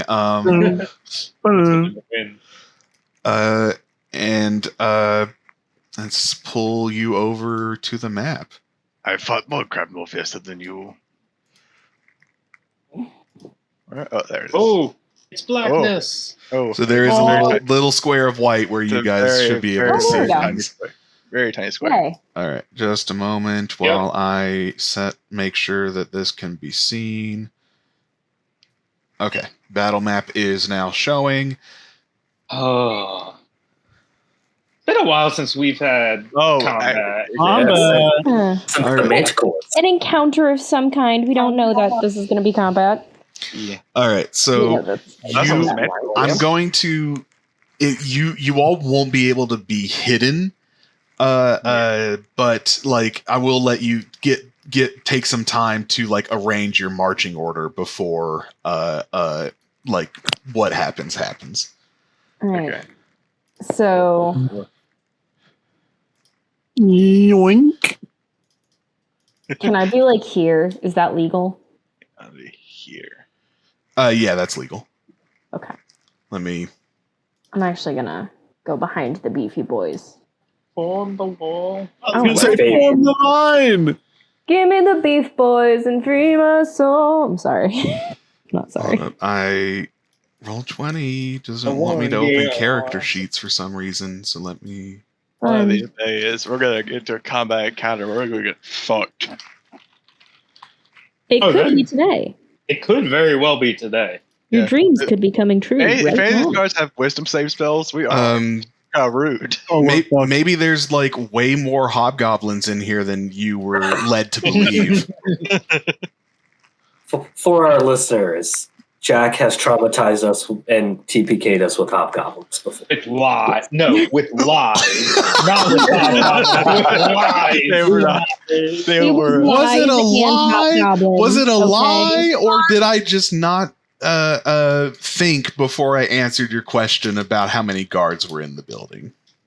It was a lie. You also Even super if you bumped didn't the mean to, hobgoblins. listen, if I don't know any better and I say, hey, the moon is made out of sausage, it's still a lie, even if I don't know any better. Well, the moon But a is man made can out of dream, sausage, Trey. so Yeah. The moon is delicious. They were also like Not super kosher. bumped hobgoblins. So, to be anyways, one of the guards comes out, opens the door, sees a bunch of people in armor with weapons, and says, "All right, I'm going to give you one chance to turn around and pretend that you never saw this place." Wait, what's Dora's going to do? I'm so He just curious. walks away. He's okay. And he Taurus leaves. just leaves.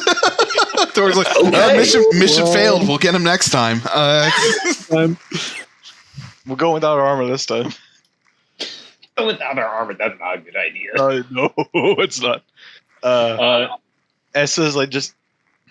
I guess he's got. I wouldn't say he's got his bow ready, but it's kind of like he has like an arrow. Looks at T like, you got anything for this guy? T? He gives him like a shrug of like, our choices are fight or run. I think you have. I mean, you have charm person. arm. I thought you were going to say you have tits. I do also have those. All right. In that case, fuckers, you asked for this. Pretty expensive. I ready a bow. Mm-hmm. I'm gonna cast Charm Person. Okay. And I'm gonna squeeze my way through the buff boys right up to. Oh my god! Shit. Okay. That's a wisdom save, correct? Yeah.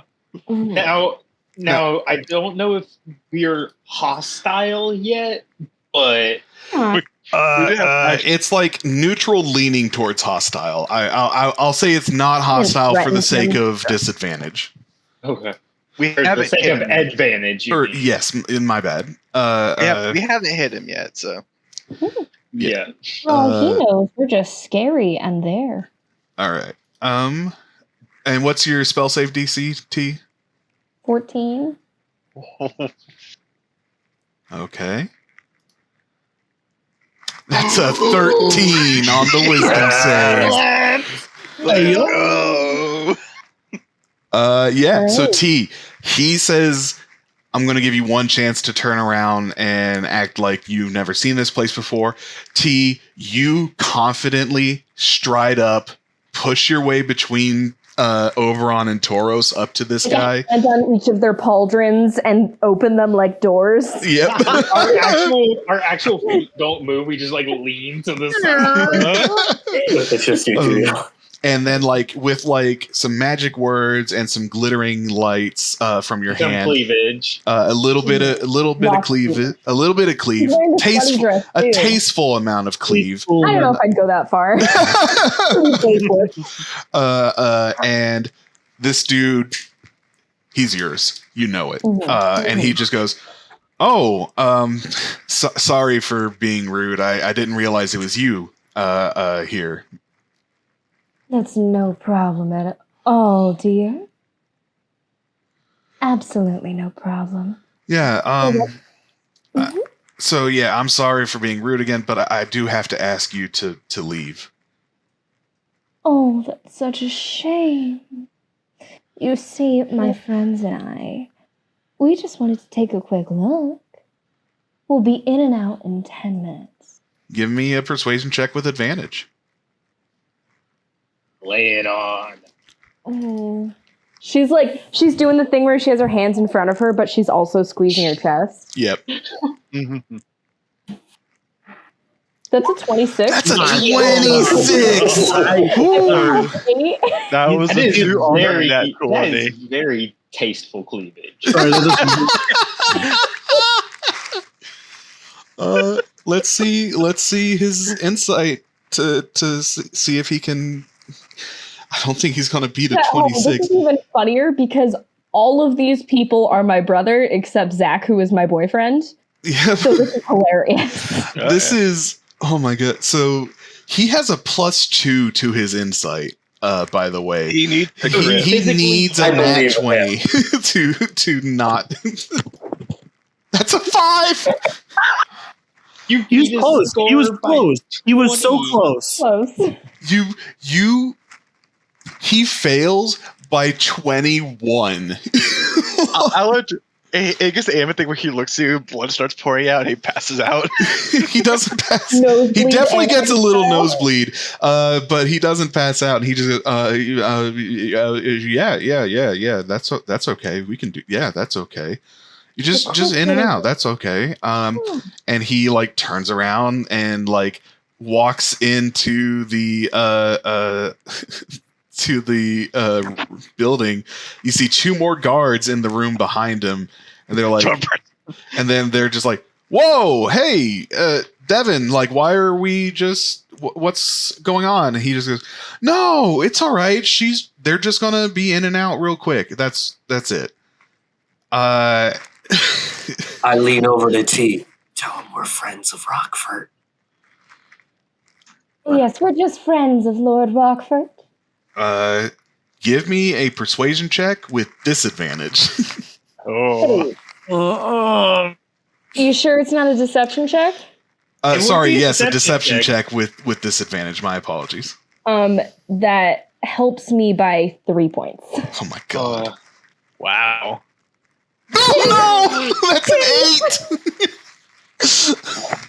So when you roll a 2. So these guys are not elite guards. They only have a +1 to their insight.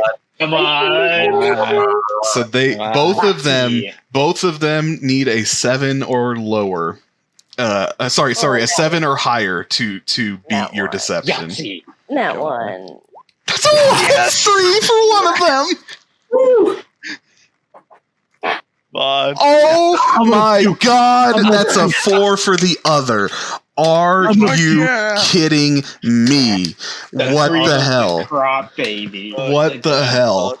Oh my god. I love being a slutty sorcerer. Let's do this shit. Oh my god. Okay. Well, Can you believe he almost didn't charm them?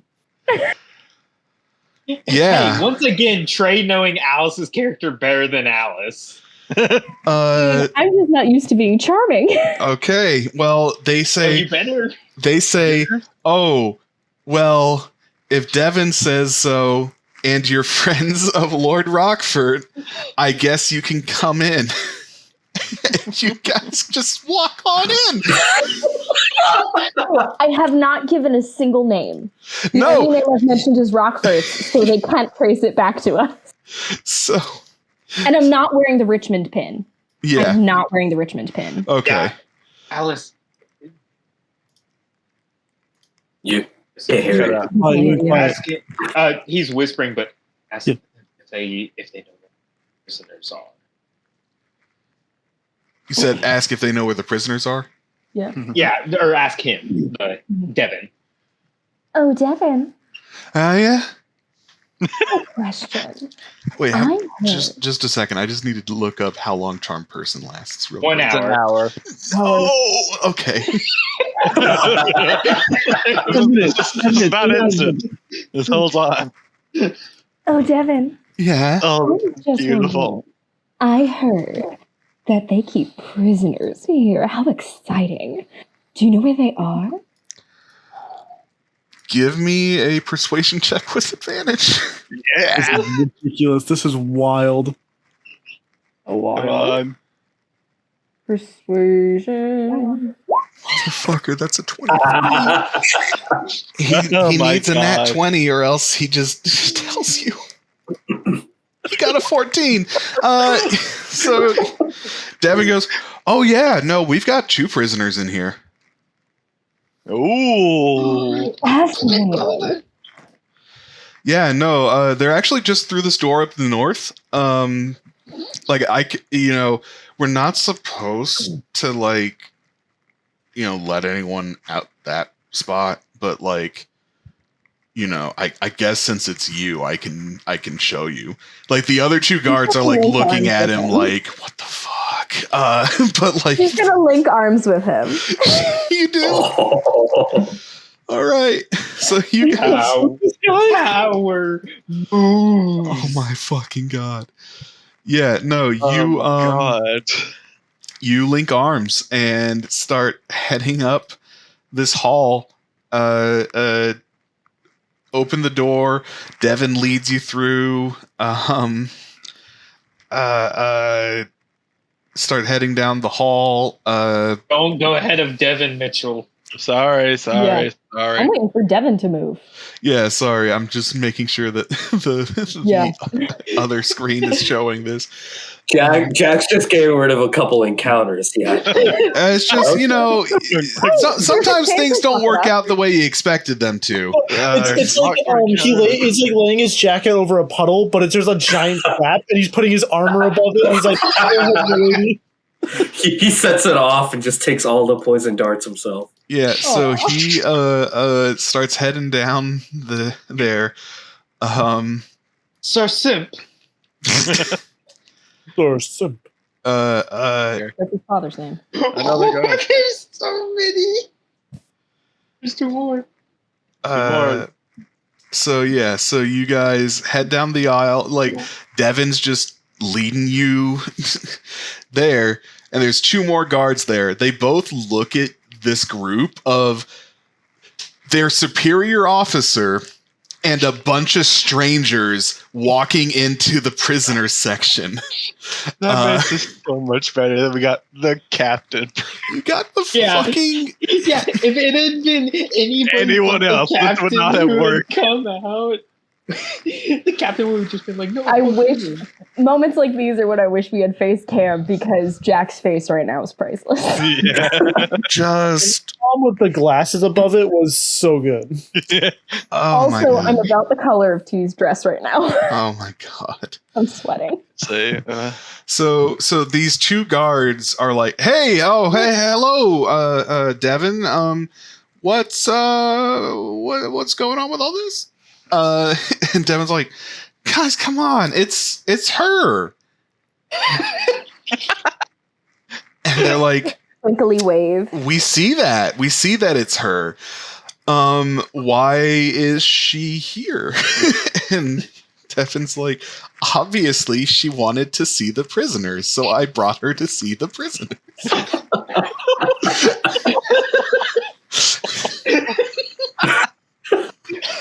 You can make this up if you tried. Can I see if I recognize the person to the cell to the left? Or just check him out. Who the fuck are they? Before that happens, I'm gonna have some insight checks from these two guards. Tits.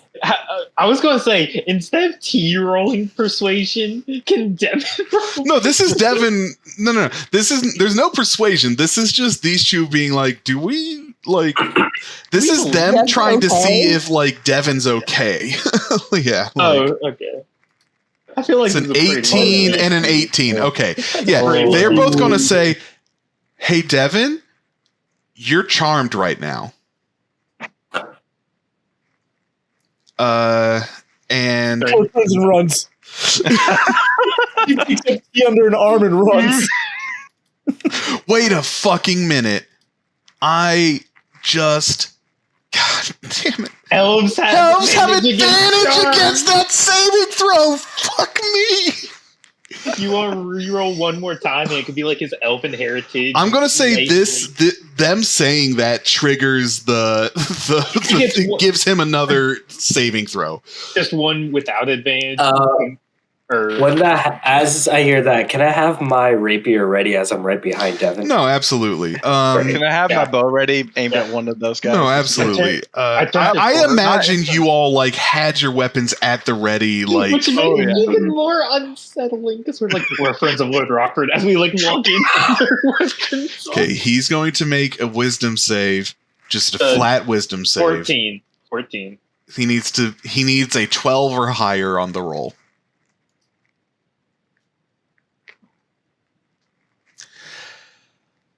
That's a 5! Yes. So they say, Devin, Best you're day ever. charmed. And then he says, no, I'm not. Stop making up lies. You're gaslighting me right now. I'm showing her the prisoners. Oh god, my cheeks How hurt. do these guards react? If they pull weapons, I think we fire. Look, you got defender. past the first couple of guards with this trick. That's cute. Yeah. You're at the prison right now. They're gonna start. That's initiative. That's initiative. Okay. That's fair. Initiative? That's initiative. These two guards. Fuck. They sussed out that something was wrong. I will remind you, T, you're. Actually, wait, is charm person concentration? I don't think it is. I don't think it is. Yeah. Yeah. It only turns off if you start beating the shit out of him. Yeah, only if this guy takes damage, he gets to re-roll it. Yep. Is it? What? No, I think it's one of you has to do something hostile to him. I think one of his friends could take an action to try to wake him up, right? Like just knock him out of there. I don't think that's for charm person. Let me double check. That's real quick. for like hypnosis. Here's the rules. Fails charmed until the spell ends, or until you or your companions do anything harmful to it. All right. Ouch. Yeah. Devin. So As they pull weapons, I just want to shout, Devin, watch out! We'll protect you. Yes. Yes. oh my god. We were all holding up. Can we convince Devin that this was one giant revolt against him, and we came to save him? Look, you can try that on your turn. We're not doing that yet. Okay. That's fair. Now, boys, let's do it. Let's do this shit. Oh my god. 20. My cheeks hurt. Same, man. Oh my god, that was amazing. Alan, This snake, beautiful. This I man. can tell by the way your freaking man spread. This man is just completely under T's. This is, I mean, to be fair, this is T's bread and butter. This is her whole deal. Yeah, This is she's my whole charming. thing. She's the talker.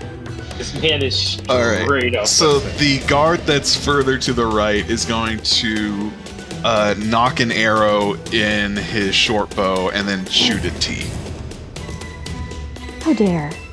Oh no. with a 21 to hit. Hold up 1 second. It's just a little. 1 second. You gonna interpose your shield? I don't have that. A creature you see hits a target other than you within 5 feet of you with an attack. You can use your reaction to reduce the damage by 1d10 plus your bonus. Damn. Okay. Yeah, So- interception's a fucking amazing fighting So style. yeah, so just roll the damage and I'll. Yeah. When I built the Cavalier, I chose that as well. 7. So 3 plus your proficiency. Which I think is 2. So 5. you only take 2 points. 2 points All of right. damage. So the arrow flies out at you, T. Luckily, just in time, Oberon is able to quickly throw up his shield and deflect the arrow. It still kind of scrapes across your shoulder, but it's definitely not striking you dead in the chest where it would have been otherwise. She'll wink at him as thanks. Okay. Kevin's like, hey. Tauros. My lady! He's going to. He's just gonna huff his. Oh fuck! He's just gonna shimmy on through. I was gonna say you may want to stay towards the back because I think those guards down there may start making their way towards us. Fuck, you're right. He's Look, gonna. sorry, He's I gonna didn't. because you have a big reach weapon, right, Trey? Yeah, I've got reach. He kind of gives you a nudge. He's, I got the back. You keep the front, and he's literally just gonna move right here, and he's just gonna ready himself for if those other two come running. Gotcha. All right. Just a minute, real quick. It's Devin's turn next. Kevin, you're charmed. But why not? No, I'm not. Start combat. No, I'm not. Shoots the girl that he's been charmed by. Okay. Oh, ignore that. Okay, Tauros. So you're taking the ready action. Yep. Okay. All right. It's Devin's turn, and Devin is going to be like, "Hey, don't shoot an arrow at her. She's our friend." And he's going to like move out in front of T, and he's going to try to like block and say, "You stand down. That is an order." He's falling right. Falling right. He's going to make an intimidation check. At one. One. It's a 15. Oh, now he rolls good. It's a +3. Fucking the soldier rolled an 8 on his insight, on his wisdom save. So he was shouting to the one who shot T. I'm gonna say that If Devin remains charmed by this guy's next turn, he's not going to do anything. Okay. It's the next guy. He is going to charge up here and pull out his spear and try to stab T. Oh, I only have one reaction. That's a 22 to hit. Damn. For 6 piercing damage on T. oh my god. That's not bad. So T, this man charges you and just like gets a good stab right into your shoulder as he charges at you with his spear. He tries to go in and ruin your charming point. He just goes straight for the. Go straight for the titties. Mm-hmm. All right. Essa. Oh, I think he had to step away for a second. Oh, my bad. Do we want to just like? Oh, we can just We wait. can go. Yo, Oh my god. Y'all. don't yell us. It's Alice. My fault. Thank Legit, you. like the best case scenario at this point. You got Yeah. this far without before combat started. And we basically took one of their elites, and as long as we don't hit him, he's not going to actively fight us. Yeah. So, No sorry about AOE. that. My No roommates, AOE. my roommates are being dumb. Sorry about It's that. all good, man. They take a banana to my door. Oh, fun. Nice. Nice. Anyway, my turn. That's sounds Yes. you're supposed to do. Over here. All right. Get So here. crossing enemy terrain, so that is going to be difficult terrain when you move 10, through so him. So 5, 10, 15, One. so 20 feet of movement. All right, and stabby stab. You are flanking now. Yep, 23. 23 hits. And you get your sneak attack. And then sneak attack. 13. 30. Ooh, that's And a I- good hit. How far is this guy? Just out of reach. Damn it. Could I, if I hit him and move? This guy probably got. It's when you hit the attack. Yeah. All right. You do have your bonus. Well, you Yeah. take an opportunity attack, but you could dash. Good. Actually, I'll use my bonus action for the disciple feat that I have to get a temporary hit point. Okay. Well, that's 1d8. I think it's just straight d8. 7. 7 Ooh. temp hit points. Not bad. Right. That's about 2 spear attacks. So, Yeah. Edgar. Bonus action slash the rapier across my chest to activate my Crimson Right. I'll tell you this. Oh, Bonus action cry. Bonus action to Yes. cry. How did you know? That's the worst is when you roll max damage on Mhm. person, right? Mhm. And we're gonna stab. Be like, no, he hurt T. No one should hurt T. Right, Devin? Oh, is that her name? That's an at 20. Non-lethal. Non-lethal. Okay. So you critically injure this person non-lethally. Good God! 24 non-lethal damage. No, lethal?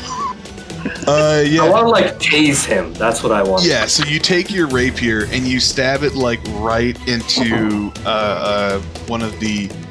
So like this guard is wearing chainmail. You hit him like right in between one of the rings of the chainmail. Like it doesn't go shallow, so the guy's like a little confused, and the lightning arcs from your rapier, and it shocks him to the point where he passes out unconscious. Jesus. And I'll move down here. All right. T. Alrighty. Oh, look at the seeds I have sown. Guy next to me's passed out, yeah? Yeah. Yeah, the guy to your north is passed out. The guy to your right is Devin. Yeah. Oh, I know Dev. Dev and I go way back. In that case, I don't see any reason to fight right now. Devin and I are just checking out the prisoners. Okay, yeah. So I'm going to check out the prisoners on my turn. So- I'm going to try to see if they're doing anything, who that fucker is. Okay, so north. give me a perception check. I'll say with advantage since you're not participating in the combat right now. Oh, 22. Quick question, Jack. Sorry, is this a door right here? It is. Okay, thank you. Okay, yeah, so with a 22 perception check, you look through the bars of the cell door, and in this back corner, you see an emaciated, very gaunt looking half-elf man with red eyes. Called it. Oh, shit. Okay. He looks awful. He is very clearly malnourished. He's very clearly dehydrated. His body, like he's wearing tattered rags, and his body is crisscrossed with all sorts of scars, signs of torture. And even in the midst of all this combat, you see that he's barely registering that anything is happening around him. Like, in that case. you're not even sure if he's conscious right now. Okay. And S is right in front of the door. If I go here, can I still access the door? Not like open it, obviously. You That's would little have a too chance ballsy to for like right try. now. You would have access to like kind of like lean in and like look through Yeah. and stuff like that. I'm gonna lean in. Because Oberon, the crafty fucker, didn't tell us anything. Oh. So I'm just, I don't know. I just see a half elf with red eyes. So I am going to kind of kneel down so that I'm on his level, and I'm gonna toss in a ration. I'm not Okay. gonna do anything. I'm just tossing a ration in. You take. Sorry. It hits him, deals 1 damage, he dies. You fish into your pouch. You take out a ration. You toss it in, and for like a minute, there's like no reaction from the man. And then he like cautiously approaches, takes the ration, and starts nibbling on it. And then he looks up at you, and his eyes go wide, and he says, "Eileen?" And that's the end of T's turn. So now we go to Oberon. But he hasn't drank water in like 8 years, so it comes out. Water!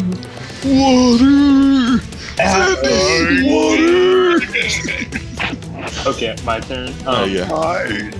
Cool. Instantly sorry, excuse me.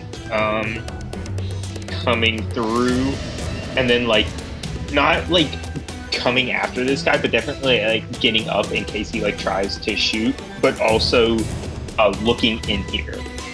Yeah, so you were standing here, right? It was an action to dash. Oh, okay, Yeah. my bad. Yeah, so you rush up this guy. He kind of like, but doesn't have any reaction as you charge through and look into the cell.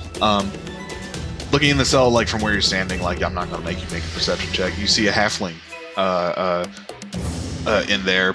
Definitely, looks hurt. Like there's some like fresh looking wounds on him, but he definitely looks like he hasn't been here for as long as the half elf. Cool. Does it look like if I hit? Is there like a lock on his door? So it's like a Or cell a door. cell. So like there's a lock Does it- in the door itself. Gotcha. Does it look like if I like jammed a lance into the lock, I could like crack it and break it? Yeah, you could. I mean, you've already taken your action. Action surge. Oh, action search. Yeah, you can make an attack roll against this door.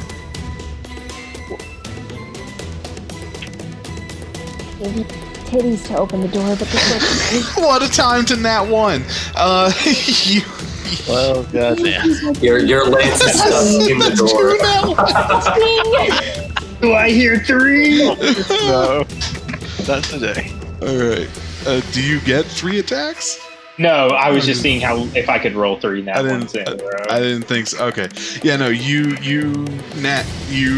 take your lance and you go to stab it into there. But as you like go to do this, like the half elf, the halfling looks at you and goes, "Help me!" And like his like startled cry, like kind of like, and your lance, instead of going to the lock, ends up like going off. Just going through the bars. Yeah, through the bar, and then he goes, "Ah!" and he backs away from the lance. Quiet. That's why we're here. It's like, all right, All right, my turn. that's it for your turn. It's the guard who's right next to you's turn. He's still scared of his boss, who like gave him an order to not engage. So he's not going to engage. However,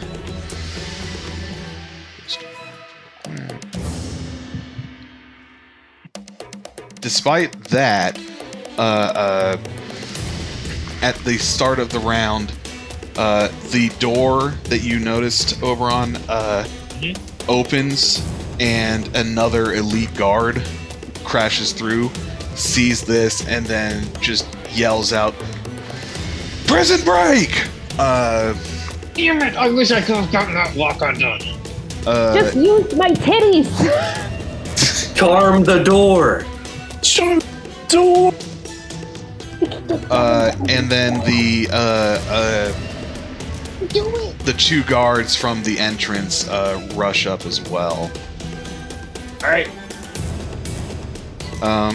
And their initiatives are now in the tracker. Tauros, Good it's your job. turn. Toros. This guy over here is still up, right? No, No. he's Yeah, down. yeah. It's Devin that's up. Okay. Let me, put an X through him real quick. Yeah. He's not Yeah. dead, just sleeping. Yeah, he's down. Yeah. Oh, look at him, he's all tuckered out.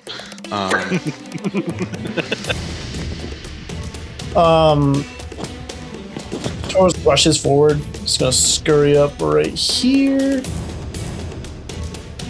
He's just gonna try to like use the back of his flame bird and just bash this guy in the head. Okay, make an attack roll.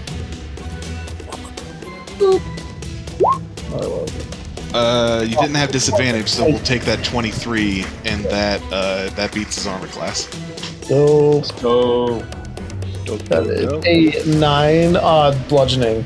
Okay, I'm assuming he's just. no, he's still up. We don't have multi attack yet, right? next level.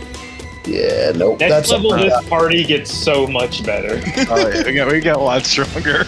It's gonna suck when you don't get a level up after this chapter.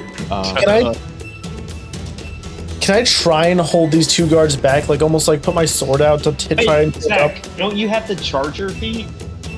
Oh my god, I do have the charger feet. Right, what does that do? Is it only when I'm dashing though? No, I think it's you Okay. move 15 feet, right? No, 10 when feet. you use if you Yeah. move at least 10 feet in a straight line. No, it's when you take the bonus action attack from the dash. Because it says When you at use least your action 10 to feet. dash, you can use a bonus action to make a melee weapon attack or shove. You get a Wait, plus hold on. 5 to the damage roll.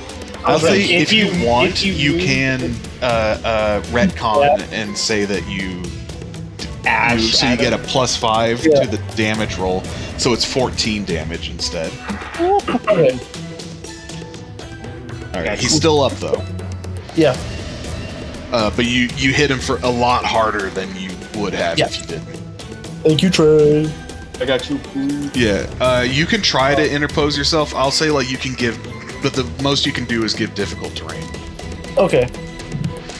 and you'll need to do an athletics check. Yeah. When they try to move forward. Yeah. I am a wall. All right. I am the. Mhm.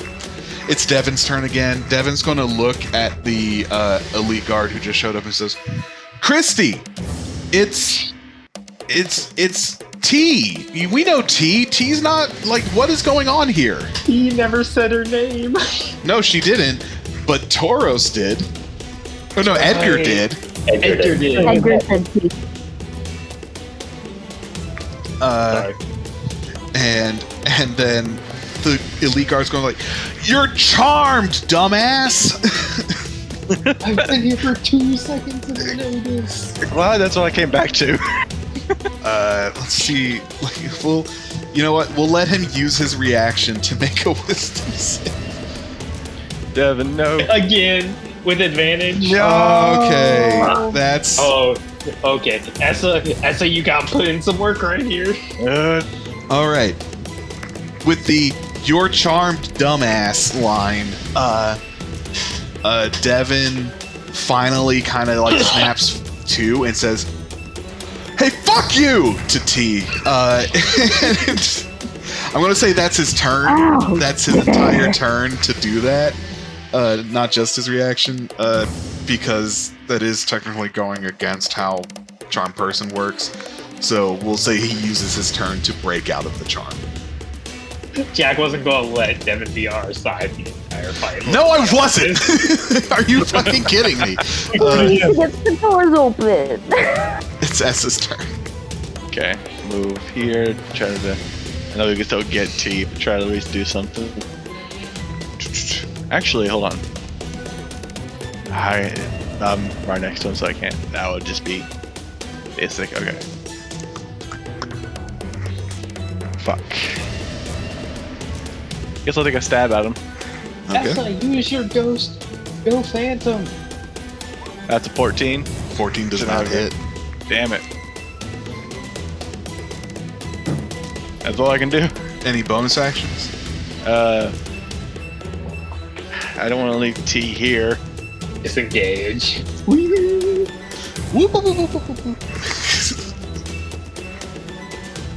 Okay. That'll be it. I'll stay right here. All right. The guy that Tauros hit, it's his turn. Tauros is down there with them, right? Yes. He is going to. Sorry, I don't know why it's not. For some reason, it's not showing Tauros down there on the battle map. Oh, okay. It's because Roll20 stopped working for me. Hey. Got to love it. You are contractually obligated to love it. Ba-da-ba-ba-ba. Okay. McDonald's, if you want to sponsor us too. Yeah, we'll take We that. won't be as happy about it, but we'll take the money. We'll take it. No, they won't pay us in money. They'll pay us in like chicken nuggets. I'll take it. You know what? I'll still take it. They Okay. only pay us in barbecue sauce. Yeah. Okay. Now it's showing up right. Okay. All right. He is going to try to spear Tauros. My God, he's broken in half. Roll that one, baby. Here's that broken in half. Of course, so intimidate. Oh, jeez. Okay. It's Edgar's turn. All right, I'm gonna yell to Tauros. I hope you got that. I'm gonna go deal with Devin. I'm gonna run back up. Okay. Devin, I thought we were cool. I thought what we had was special. Devin's trying to fight tears in his eyes. He's like, "No, man, you guys used me. I feel used." But a 19 will hit Devin for 12 damage. Okay. Devin takes it in stride. He's hurt, but he's not as hurt as if one of the He's an regular elite. guards got to He's get an hit by elite. it. Anything else from Edgar? No. All right. T. Okay. Da-da-dum, ba-dum. Do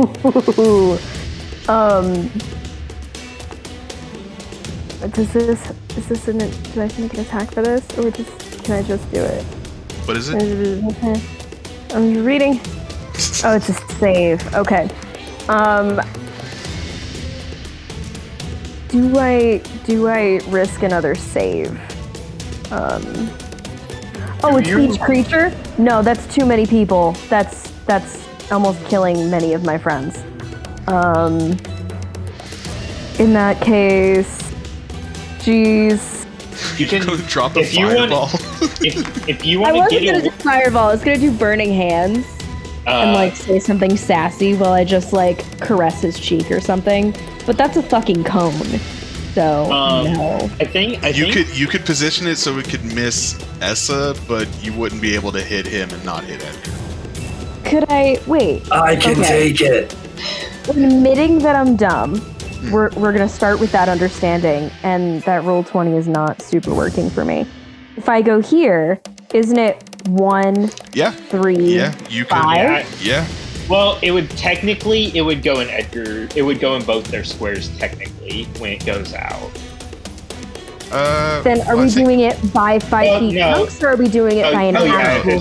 No, that'll actually no. You can do that. You can if you're positioned there, you can hit just him, and the cone would like blast into the cell behind him. Thank goodness that the prisoner wasn't in the cell across. Right. Yeah.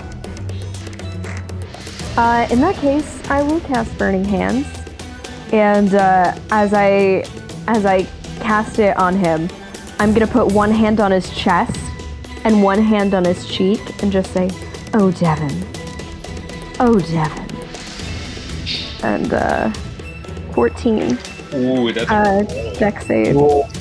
13 fire damage. He takes succeeds, but he takes half damage, so he takes 7 damage. That's not bad. And he just goes, like, again, he's just like, you just used me. So that's my action. Item. And then you still have 25 feet of movement. yeah. Yeah, the bonus action. Hey-o. Devin's just like, I'm such a nice guy. Yeah. Like Christy in the back there, like rolls her eyes. It's just like, oh, okay, this again.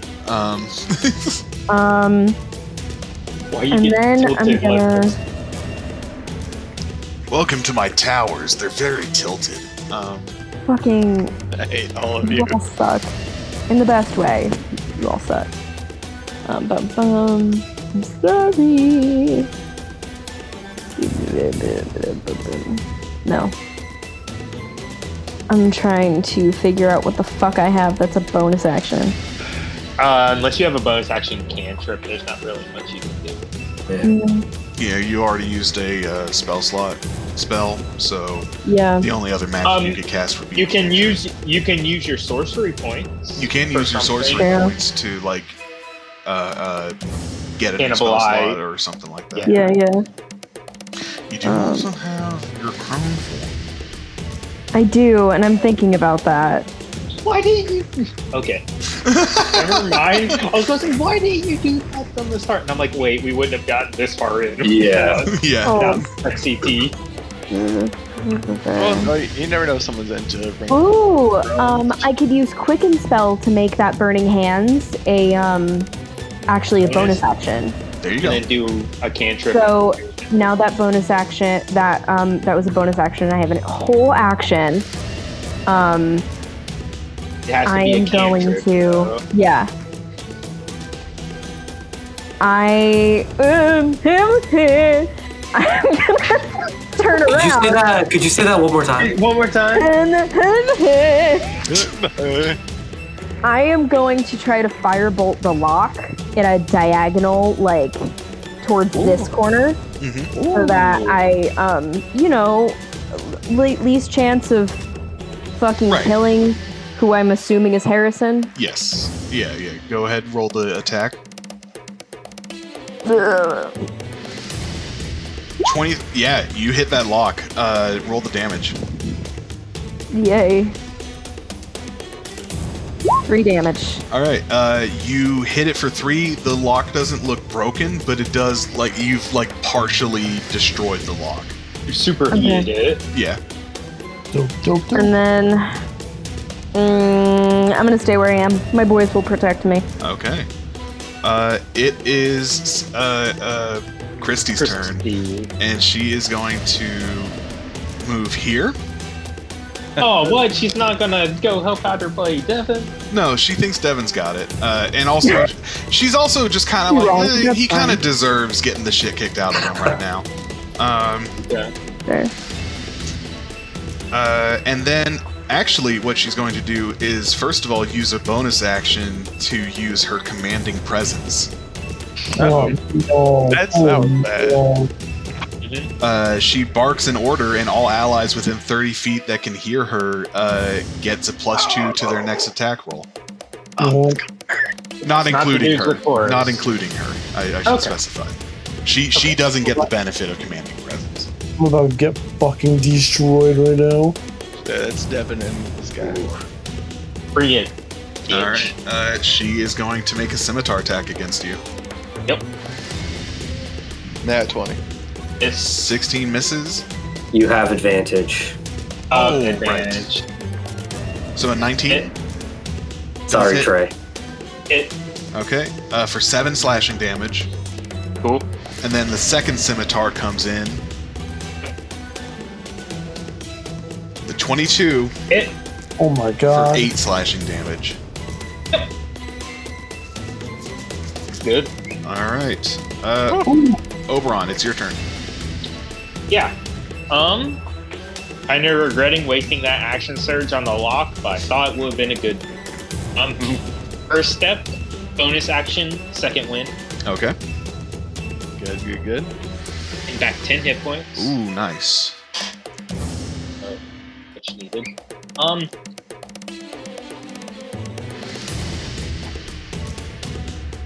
I'm just gonna do my best to keep these guys busy until they deal with Devin. I'm gonna take the dodge action. Okay. All right. The guy is going to try to run past you, Tauros. Give me that athletics check. Got it. The wall. It's the wall, brother. Oh, He charges past you. Does not have difficult terrain. He's going to run up here. Tauros can attack him. Tauros still has the chance to make an opportunity attack. you beat the shit out of him? Good shit out of him, man. Give him the chair. Give him the chair. He's got his sword. Oh 21 shit. hits. 21. Nice. Yeah, you bashed. 9. 9 slashing damage. All I was right.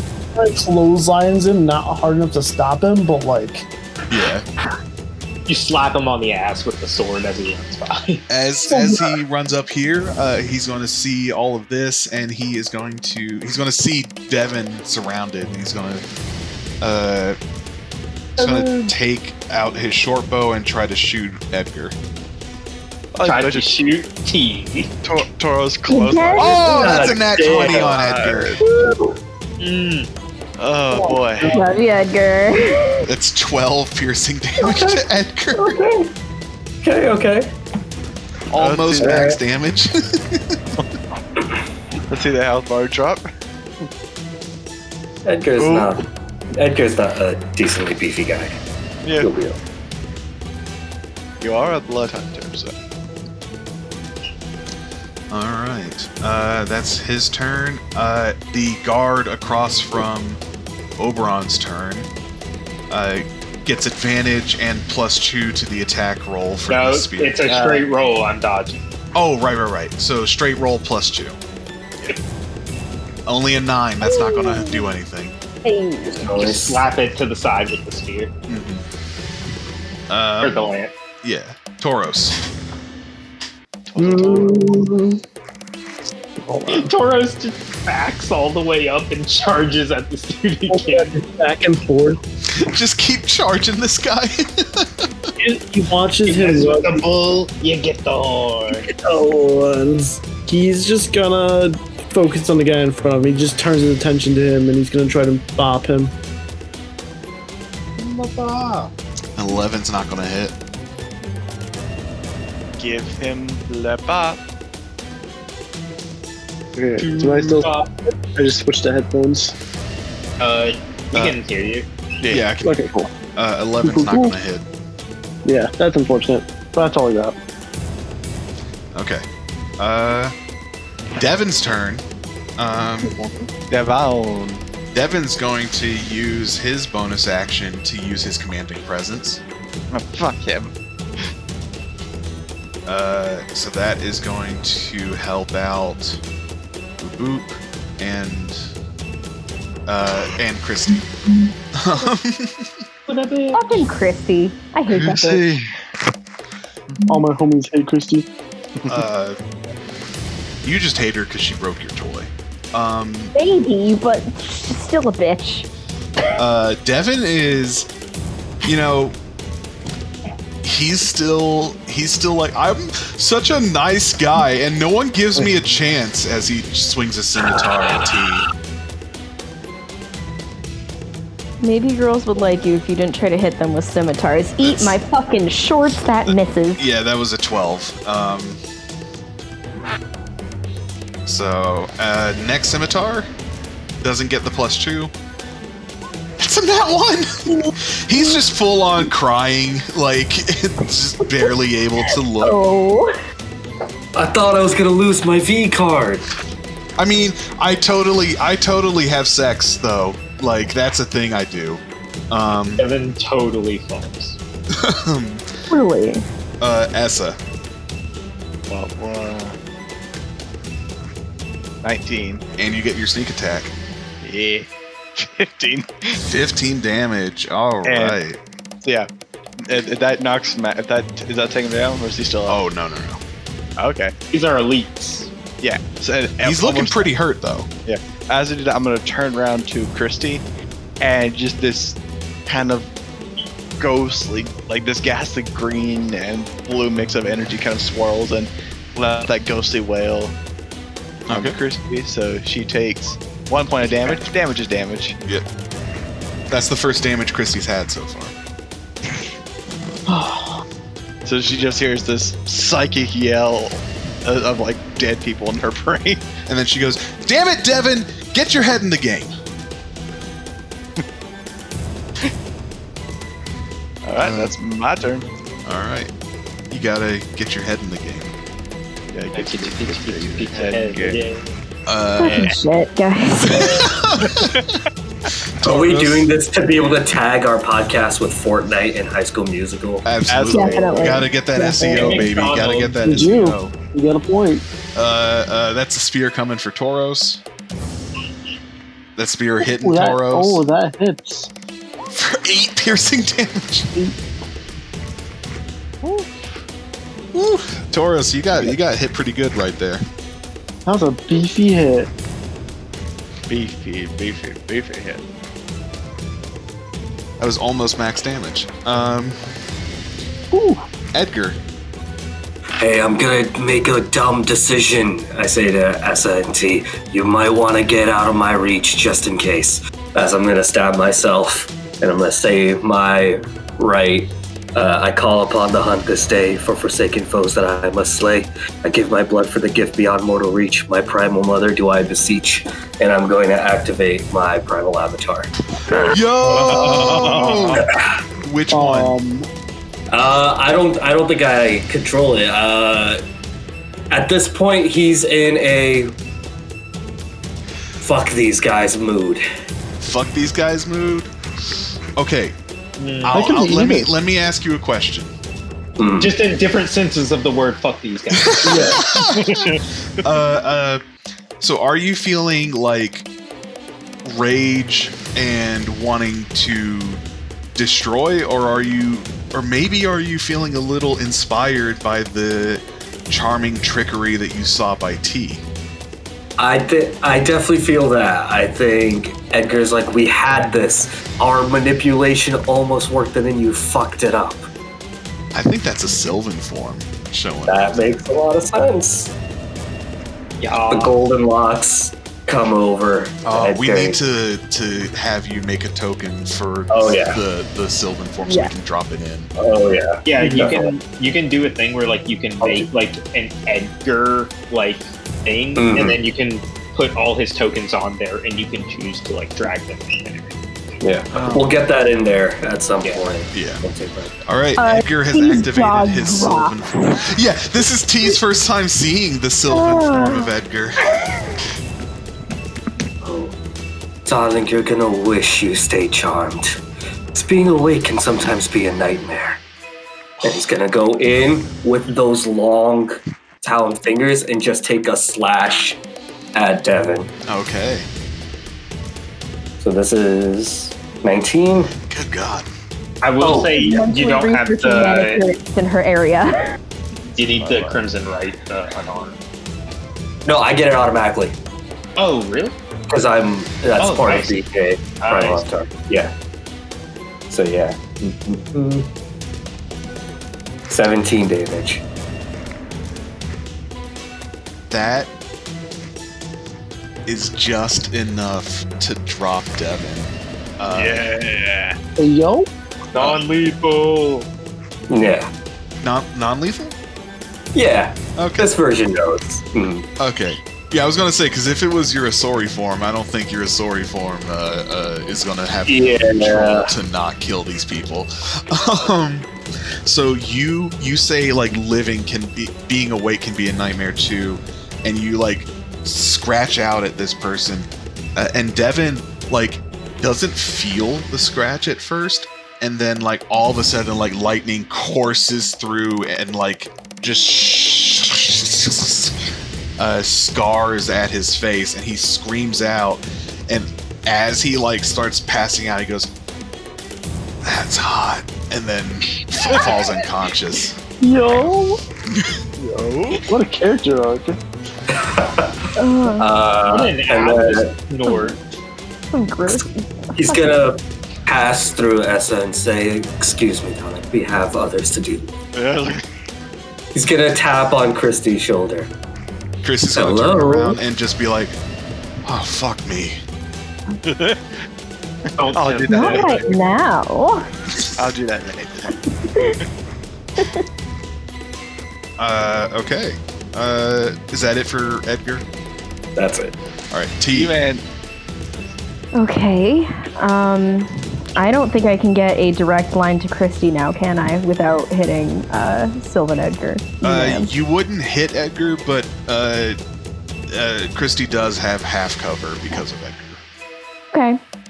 Oh, as part of what you see in this form, blood's a big part of it because it's his right. The blood that's like has like this like purple aura around it is forming almost like butterfly wings behind Edgar. Yeah, I'm gonna say like it's the blood, Devin's blood, as you scratched at his face, like kind of flies out of his body and like joins with the blood of your wings. That's tight. That's really tight. tight, bro. I am gonna cast Scorching Ray. Mm-hmm. My first target is gonna be this guy. Second target is Christy. Third target is the lock. Okay. Ooh. So You don't have to make them all be at different people, just by the way. You can like send them. that's true, but you know, Yeah. they're like, Oh my Damn. god. Damn. I don't think I had advantage, but like they were already awesome. Yeah. Roll the same exact thing twice. Yeah, you hit all of them. Roll the damage. Boop. 6 So that's on the Mr. guard. Left. Christy. 8 on Christy. And the lock. Nice. 7 on the. That's enough. You melt the lock, and the door kind of swings open. And then I'm gonna walk in and extend a hand to Harrison. Yeah. Do you say anything to him as you extend your hand? So cheesy, but so tea. Come with me if you want to live. Oh my god. Yeah. I know you. He looks at you and like again he looks. Then he sees your eyes and he says, "Oh, you're not. You're." But he doesn't say anything else as he takes your hand and like very shakily stands to his knee, stands up. That man's got way less than you, T. Yeah, he is like bone thin. Like he's gonna have to like lean against someone to get out of here. I'm gonna get Tauros to carry him out of here, but all in time. For now, I only took 10 feet, so I'm gonna take the 20 feet to bring a character with me to. You may want to leave him back there. Still the dude. He's still in the cell right now. Yeah. Okay. Gotcha. And that's my turn. Okay. It's Christy's turn. She like looks in front of her, seeing Oberon, who like had caught his second wind and is like looking ready to fuck shit up. Looks behind her and sees this sylvan monstrosity, like beautiful disaster behind her, and she's just like, That's accurate. I'm in a lot of fucking trouble. Does not recharge her commanding presence. Let's go. She is going to do a quick calculation and then turn and scimitar on Edgar. Okay. That misses. 17 misses. She's going to try again. 9, not gonna hit. As she does so, I'm going to use Sentinel because she made an attack against a creature that isn't me, and she's within 5 feet of me. The lance just comes to crack her across the head. Nice. My reactions. Oh my god, that's a crit. Holy shit. God. 18 points of damage. Okay, yeah, she's still standing, but like there's like a loud like crack as you like hit the butt of the lance against the back of her head, and like she's seeing stars and like is gonna be disoriented for a second. Brava, Obo. Fantastic work. Obo? Oh no. Obo, oh no. Obo, more like, oh no. That did nothing to get you to laugh. Alright. Yeah, as Sylvan Edgar Svedgar says that. Svedgar. Oh boy. E-man. Oberon, it's your turn. Another attack swinging right at her. Oh my god! That's another crit! Oh my god! Holy shit. You hit her My again in the back of the head, same spot. Like you hear another really sickening. You know you fractured her skull. Is she down? She is still up though. She is like staggering, like there's blood leaking from her head, and like she's looking hurt, but she's still standing. Yeah, as like the second crack happens, I'd like to just be like, yield, but this gets worse. Give me an intimidation check. Do you have advantage for the double crit? He does not have advantage because He's a very loyal person. like she didn't become an elite guard by being easily intimidated. That's true. Except a 15 might be a lot. She clutches the back of her head. She turns and looks at you, looks at the rest of the group, looks at like her men that are already like kind of hurt. She just goes, like it is pure rage behind her eyes as she drops her scimitars and they clatter to the ground. And she says, "You're not going to get far. Once the Lord knows what you've done, you aren't getting far." We'll see. And then, now that she doesn't have any weapons, I'm cutting this bitch off from the door. If she wants to take a swipe at me, she's more than welcome to. She's not going to. All right, then, yep. With her dropping her weapons, I'm going to say like the guards that work for her, seeing that, they're going to drop their weapons too, and I'm going to say that's the end of combat. Hey. I'd like to. Who has the keys? Keys to the cells. No. She takes out the key, undoes the cell for Thayer. I wanted to open this cell first. Okay. Yeah, she opens that cell. I imagine you're going to have all of them go into it. I'm throwing all of them in there. Yep. You drag. As they all go in there. Can I say we knock them all out and then throw them in there? Mm-hmm. Yeah. If it would lead to more combat, then I'm going to say like you're able they're to all pretty low, right? They're all pretty low. Like I'm gonna say, like you're able, like one good hit from each of them. Like, and there's enough of you that you can all like synchronize it. Just and then knock like them all I take out. the keys, I take it, I lock it, I take their, and then we should gag them too. Yeah, gag them, tie them. How much rope do you have? How much I bought more, so I have 100 feet. I have rope. I have however much the standard. I have. The first pack is 10 feet, I think. I'm gonna say 10 feet. I'm gonna say it takes 5 feet of rope to like effectively like tie their hands and their wrists and ankles. So And that's you that's just want to going to take 30 off feet. of Edgar's. Yeah, anyone can like use a dagger or something to like chop up Yeah, the rope. and then using like the extra fabric that I had for covering my breastplate, bag them all. Mm-hmm. Then I wanted to take all their scimitars, and basically I know that it's like a cell that like clicks in, but I want to do the thing where like you put something behind it, then put it behind that and go out the other side.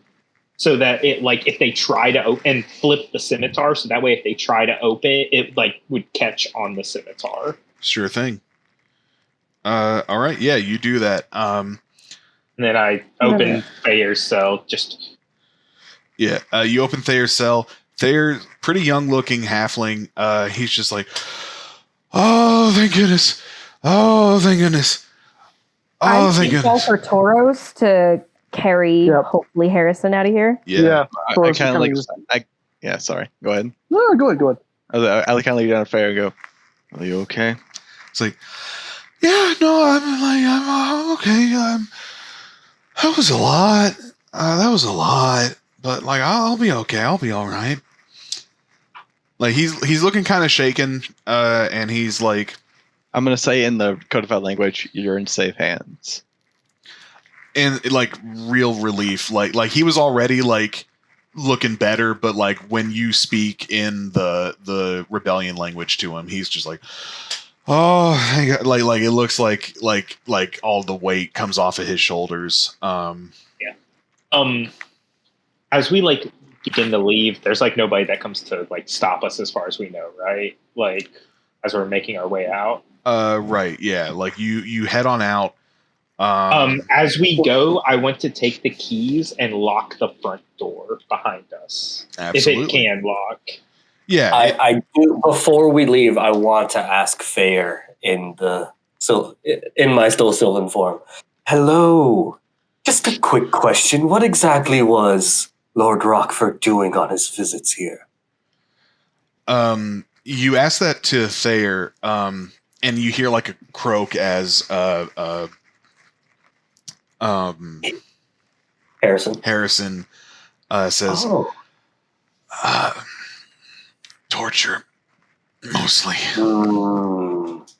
I want to give Harrison, like, I don't give it to him, but I like help him drink a little bit of water from my from sack, knowing that I can't like give him too much or he's just gonna vomit it all Yeah, out. yeah. He like slowly cautious, like you can tell like it's taking a lot of willpower for him. Well, like he knows how to treat dehydration, but it's like a lot easier when you're not the dehydrated one. Yeah.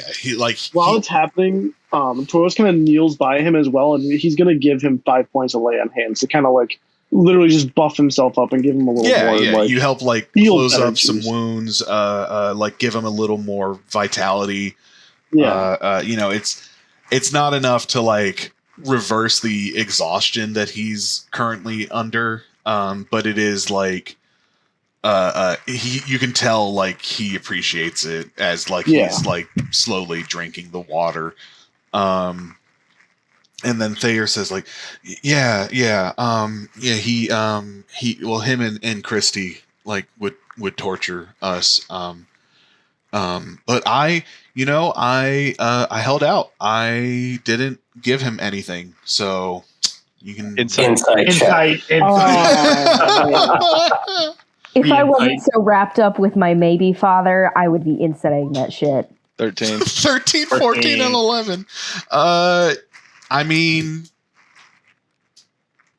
that's what he's saying.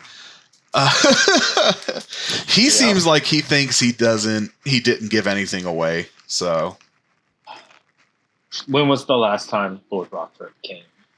oh, he was here last night. That's where this, and he like kind of shows like a more fresh looking wound, like a really long, jagged slash, like going down from like his clavicle to like his mid chest. Before we begin to go, I take like my cloak out of my bag, and I want to wrap it around Harrison, like almost like a blanket to like cover like most of his body. Maybe make it seem like he was just like somebody like like where if you carried them in, you wouldn't be able to tell who it is. Right, like he looks like some kind of old man off the street or something like that. Yeah, basically. Yeah. Okay. Yeah. You guys. Before that, too, before we put them all away, Edgar would ask Oberon, may I just have a quick word with Christy before you knock her out? Yeah. Great. My dear, you may have heard a name said at some point in this night, but it might behoove you and your friend Devin to never utter that name again, as one finger just like slowly moves up her clavicle, up her neck, as I want to intimidate her. You might be best to forget anything you've heard. Yeah, give me an intimidation check. Which I have advantage on in my Sylvan form. Come on. What? 17. 17, okay. Roll 20's being gross again, so I have to just roll it manually. 14, yeah, she, like, eyes still filled with rage and, like, trying to be defiant, but you feel, like, the fear behind that, like, front. And you know that, like, even if you can't guarantee she'll never say anything, you know that you've bought some time. Here's a question that we really, really should have asked earlier. Do we recognize the guard that we met out front earlier? No. Devin was not the guard that you met out front, and neither is Christy. It must have either they're asleep for like a night shift, like they're in transfer a night shift, or they swapped out guards. But I think night shift is more believable. Yeah. Because, we did give our real fake names to those people. Yeah. But we Gucci. Yeah. Yeah. Now, I highly recommend we make haste. Yeah, run the fuck away. Yeah. Yeah, you don't know how long the trance is going to last on the guards who are in the barracks. Mm-hmm. Yeah. Yeah, so you all rush out of there in the middle of the night, and as we go back into town, because like I'm assuming we have to like go back into town, and like maybe some of our stuff is in our room, or like right. I want us to go by Rochfort Manor. At least I want to suggest that T does, and send a message to Eileen. Oh. Yeah. So you all rush over.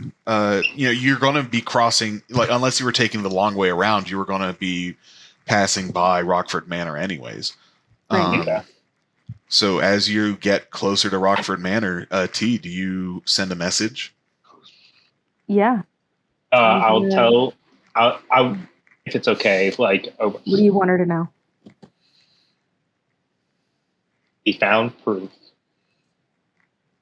We need to. It's not like there's not a word limit on message, right? It's just a message, or is it? I think message is a 10 word limit.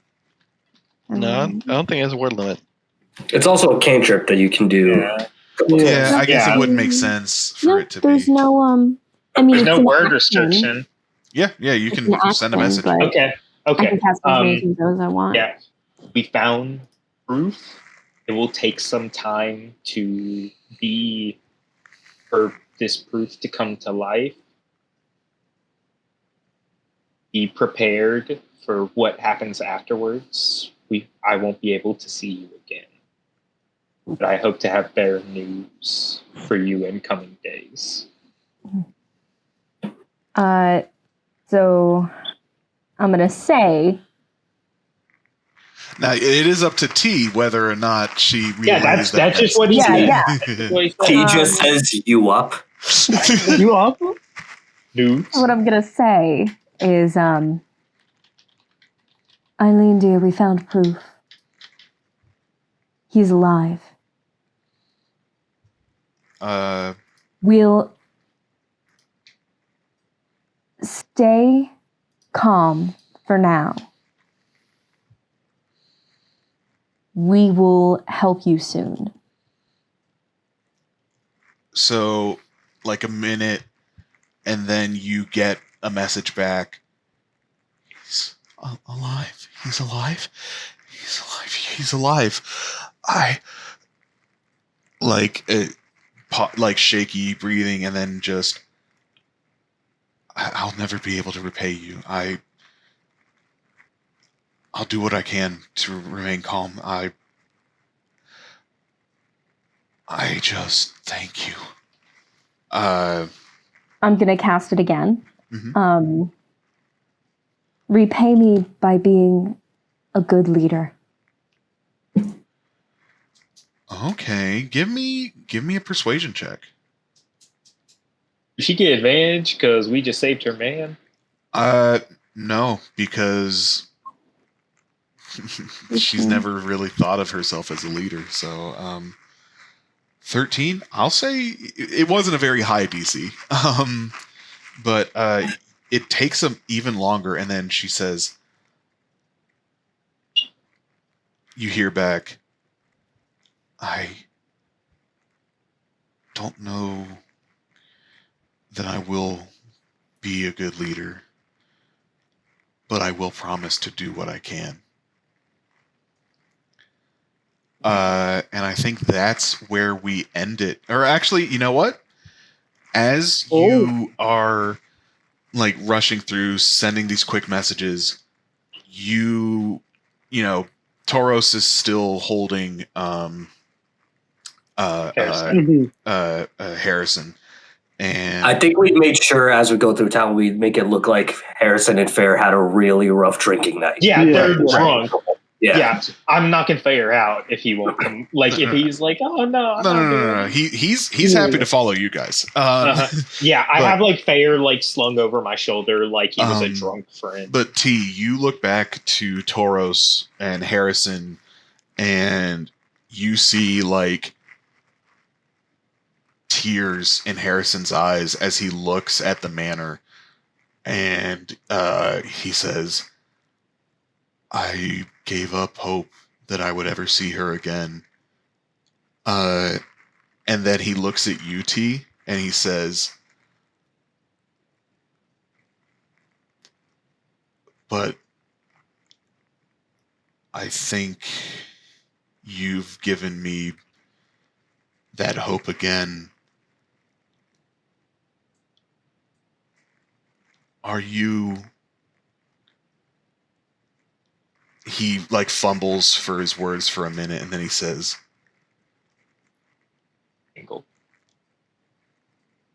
"Are you my daughter?" And that's where we end it for tonight. You So mommy. Are you my daughter?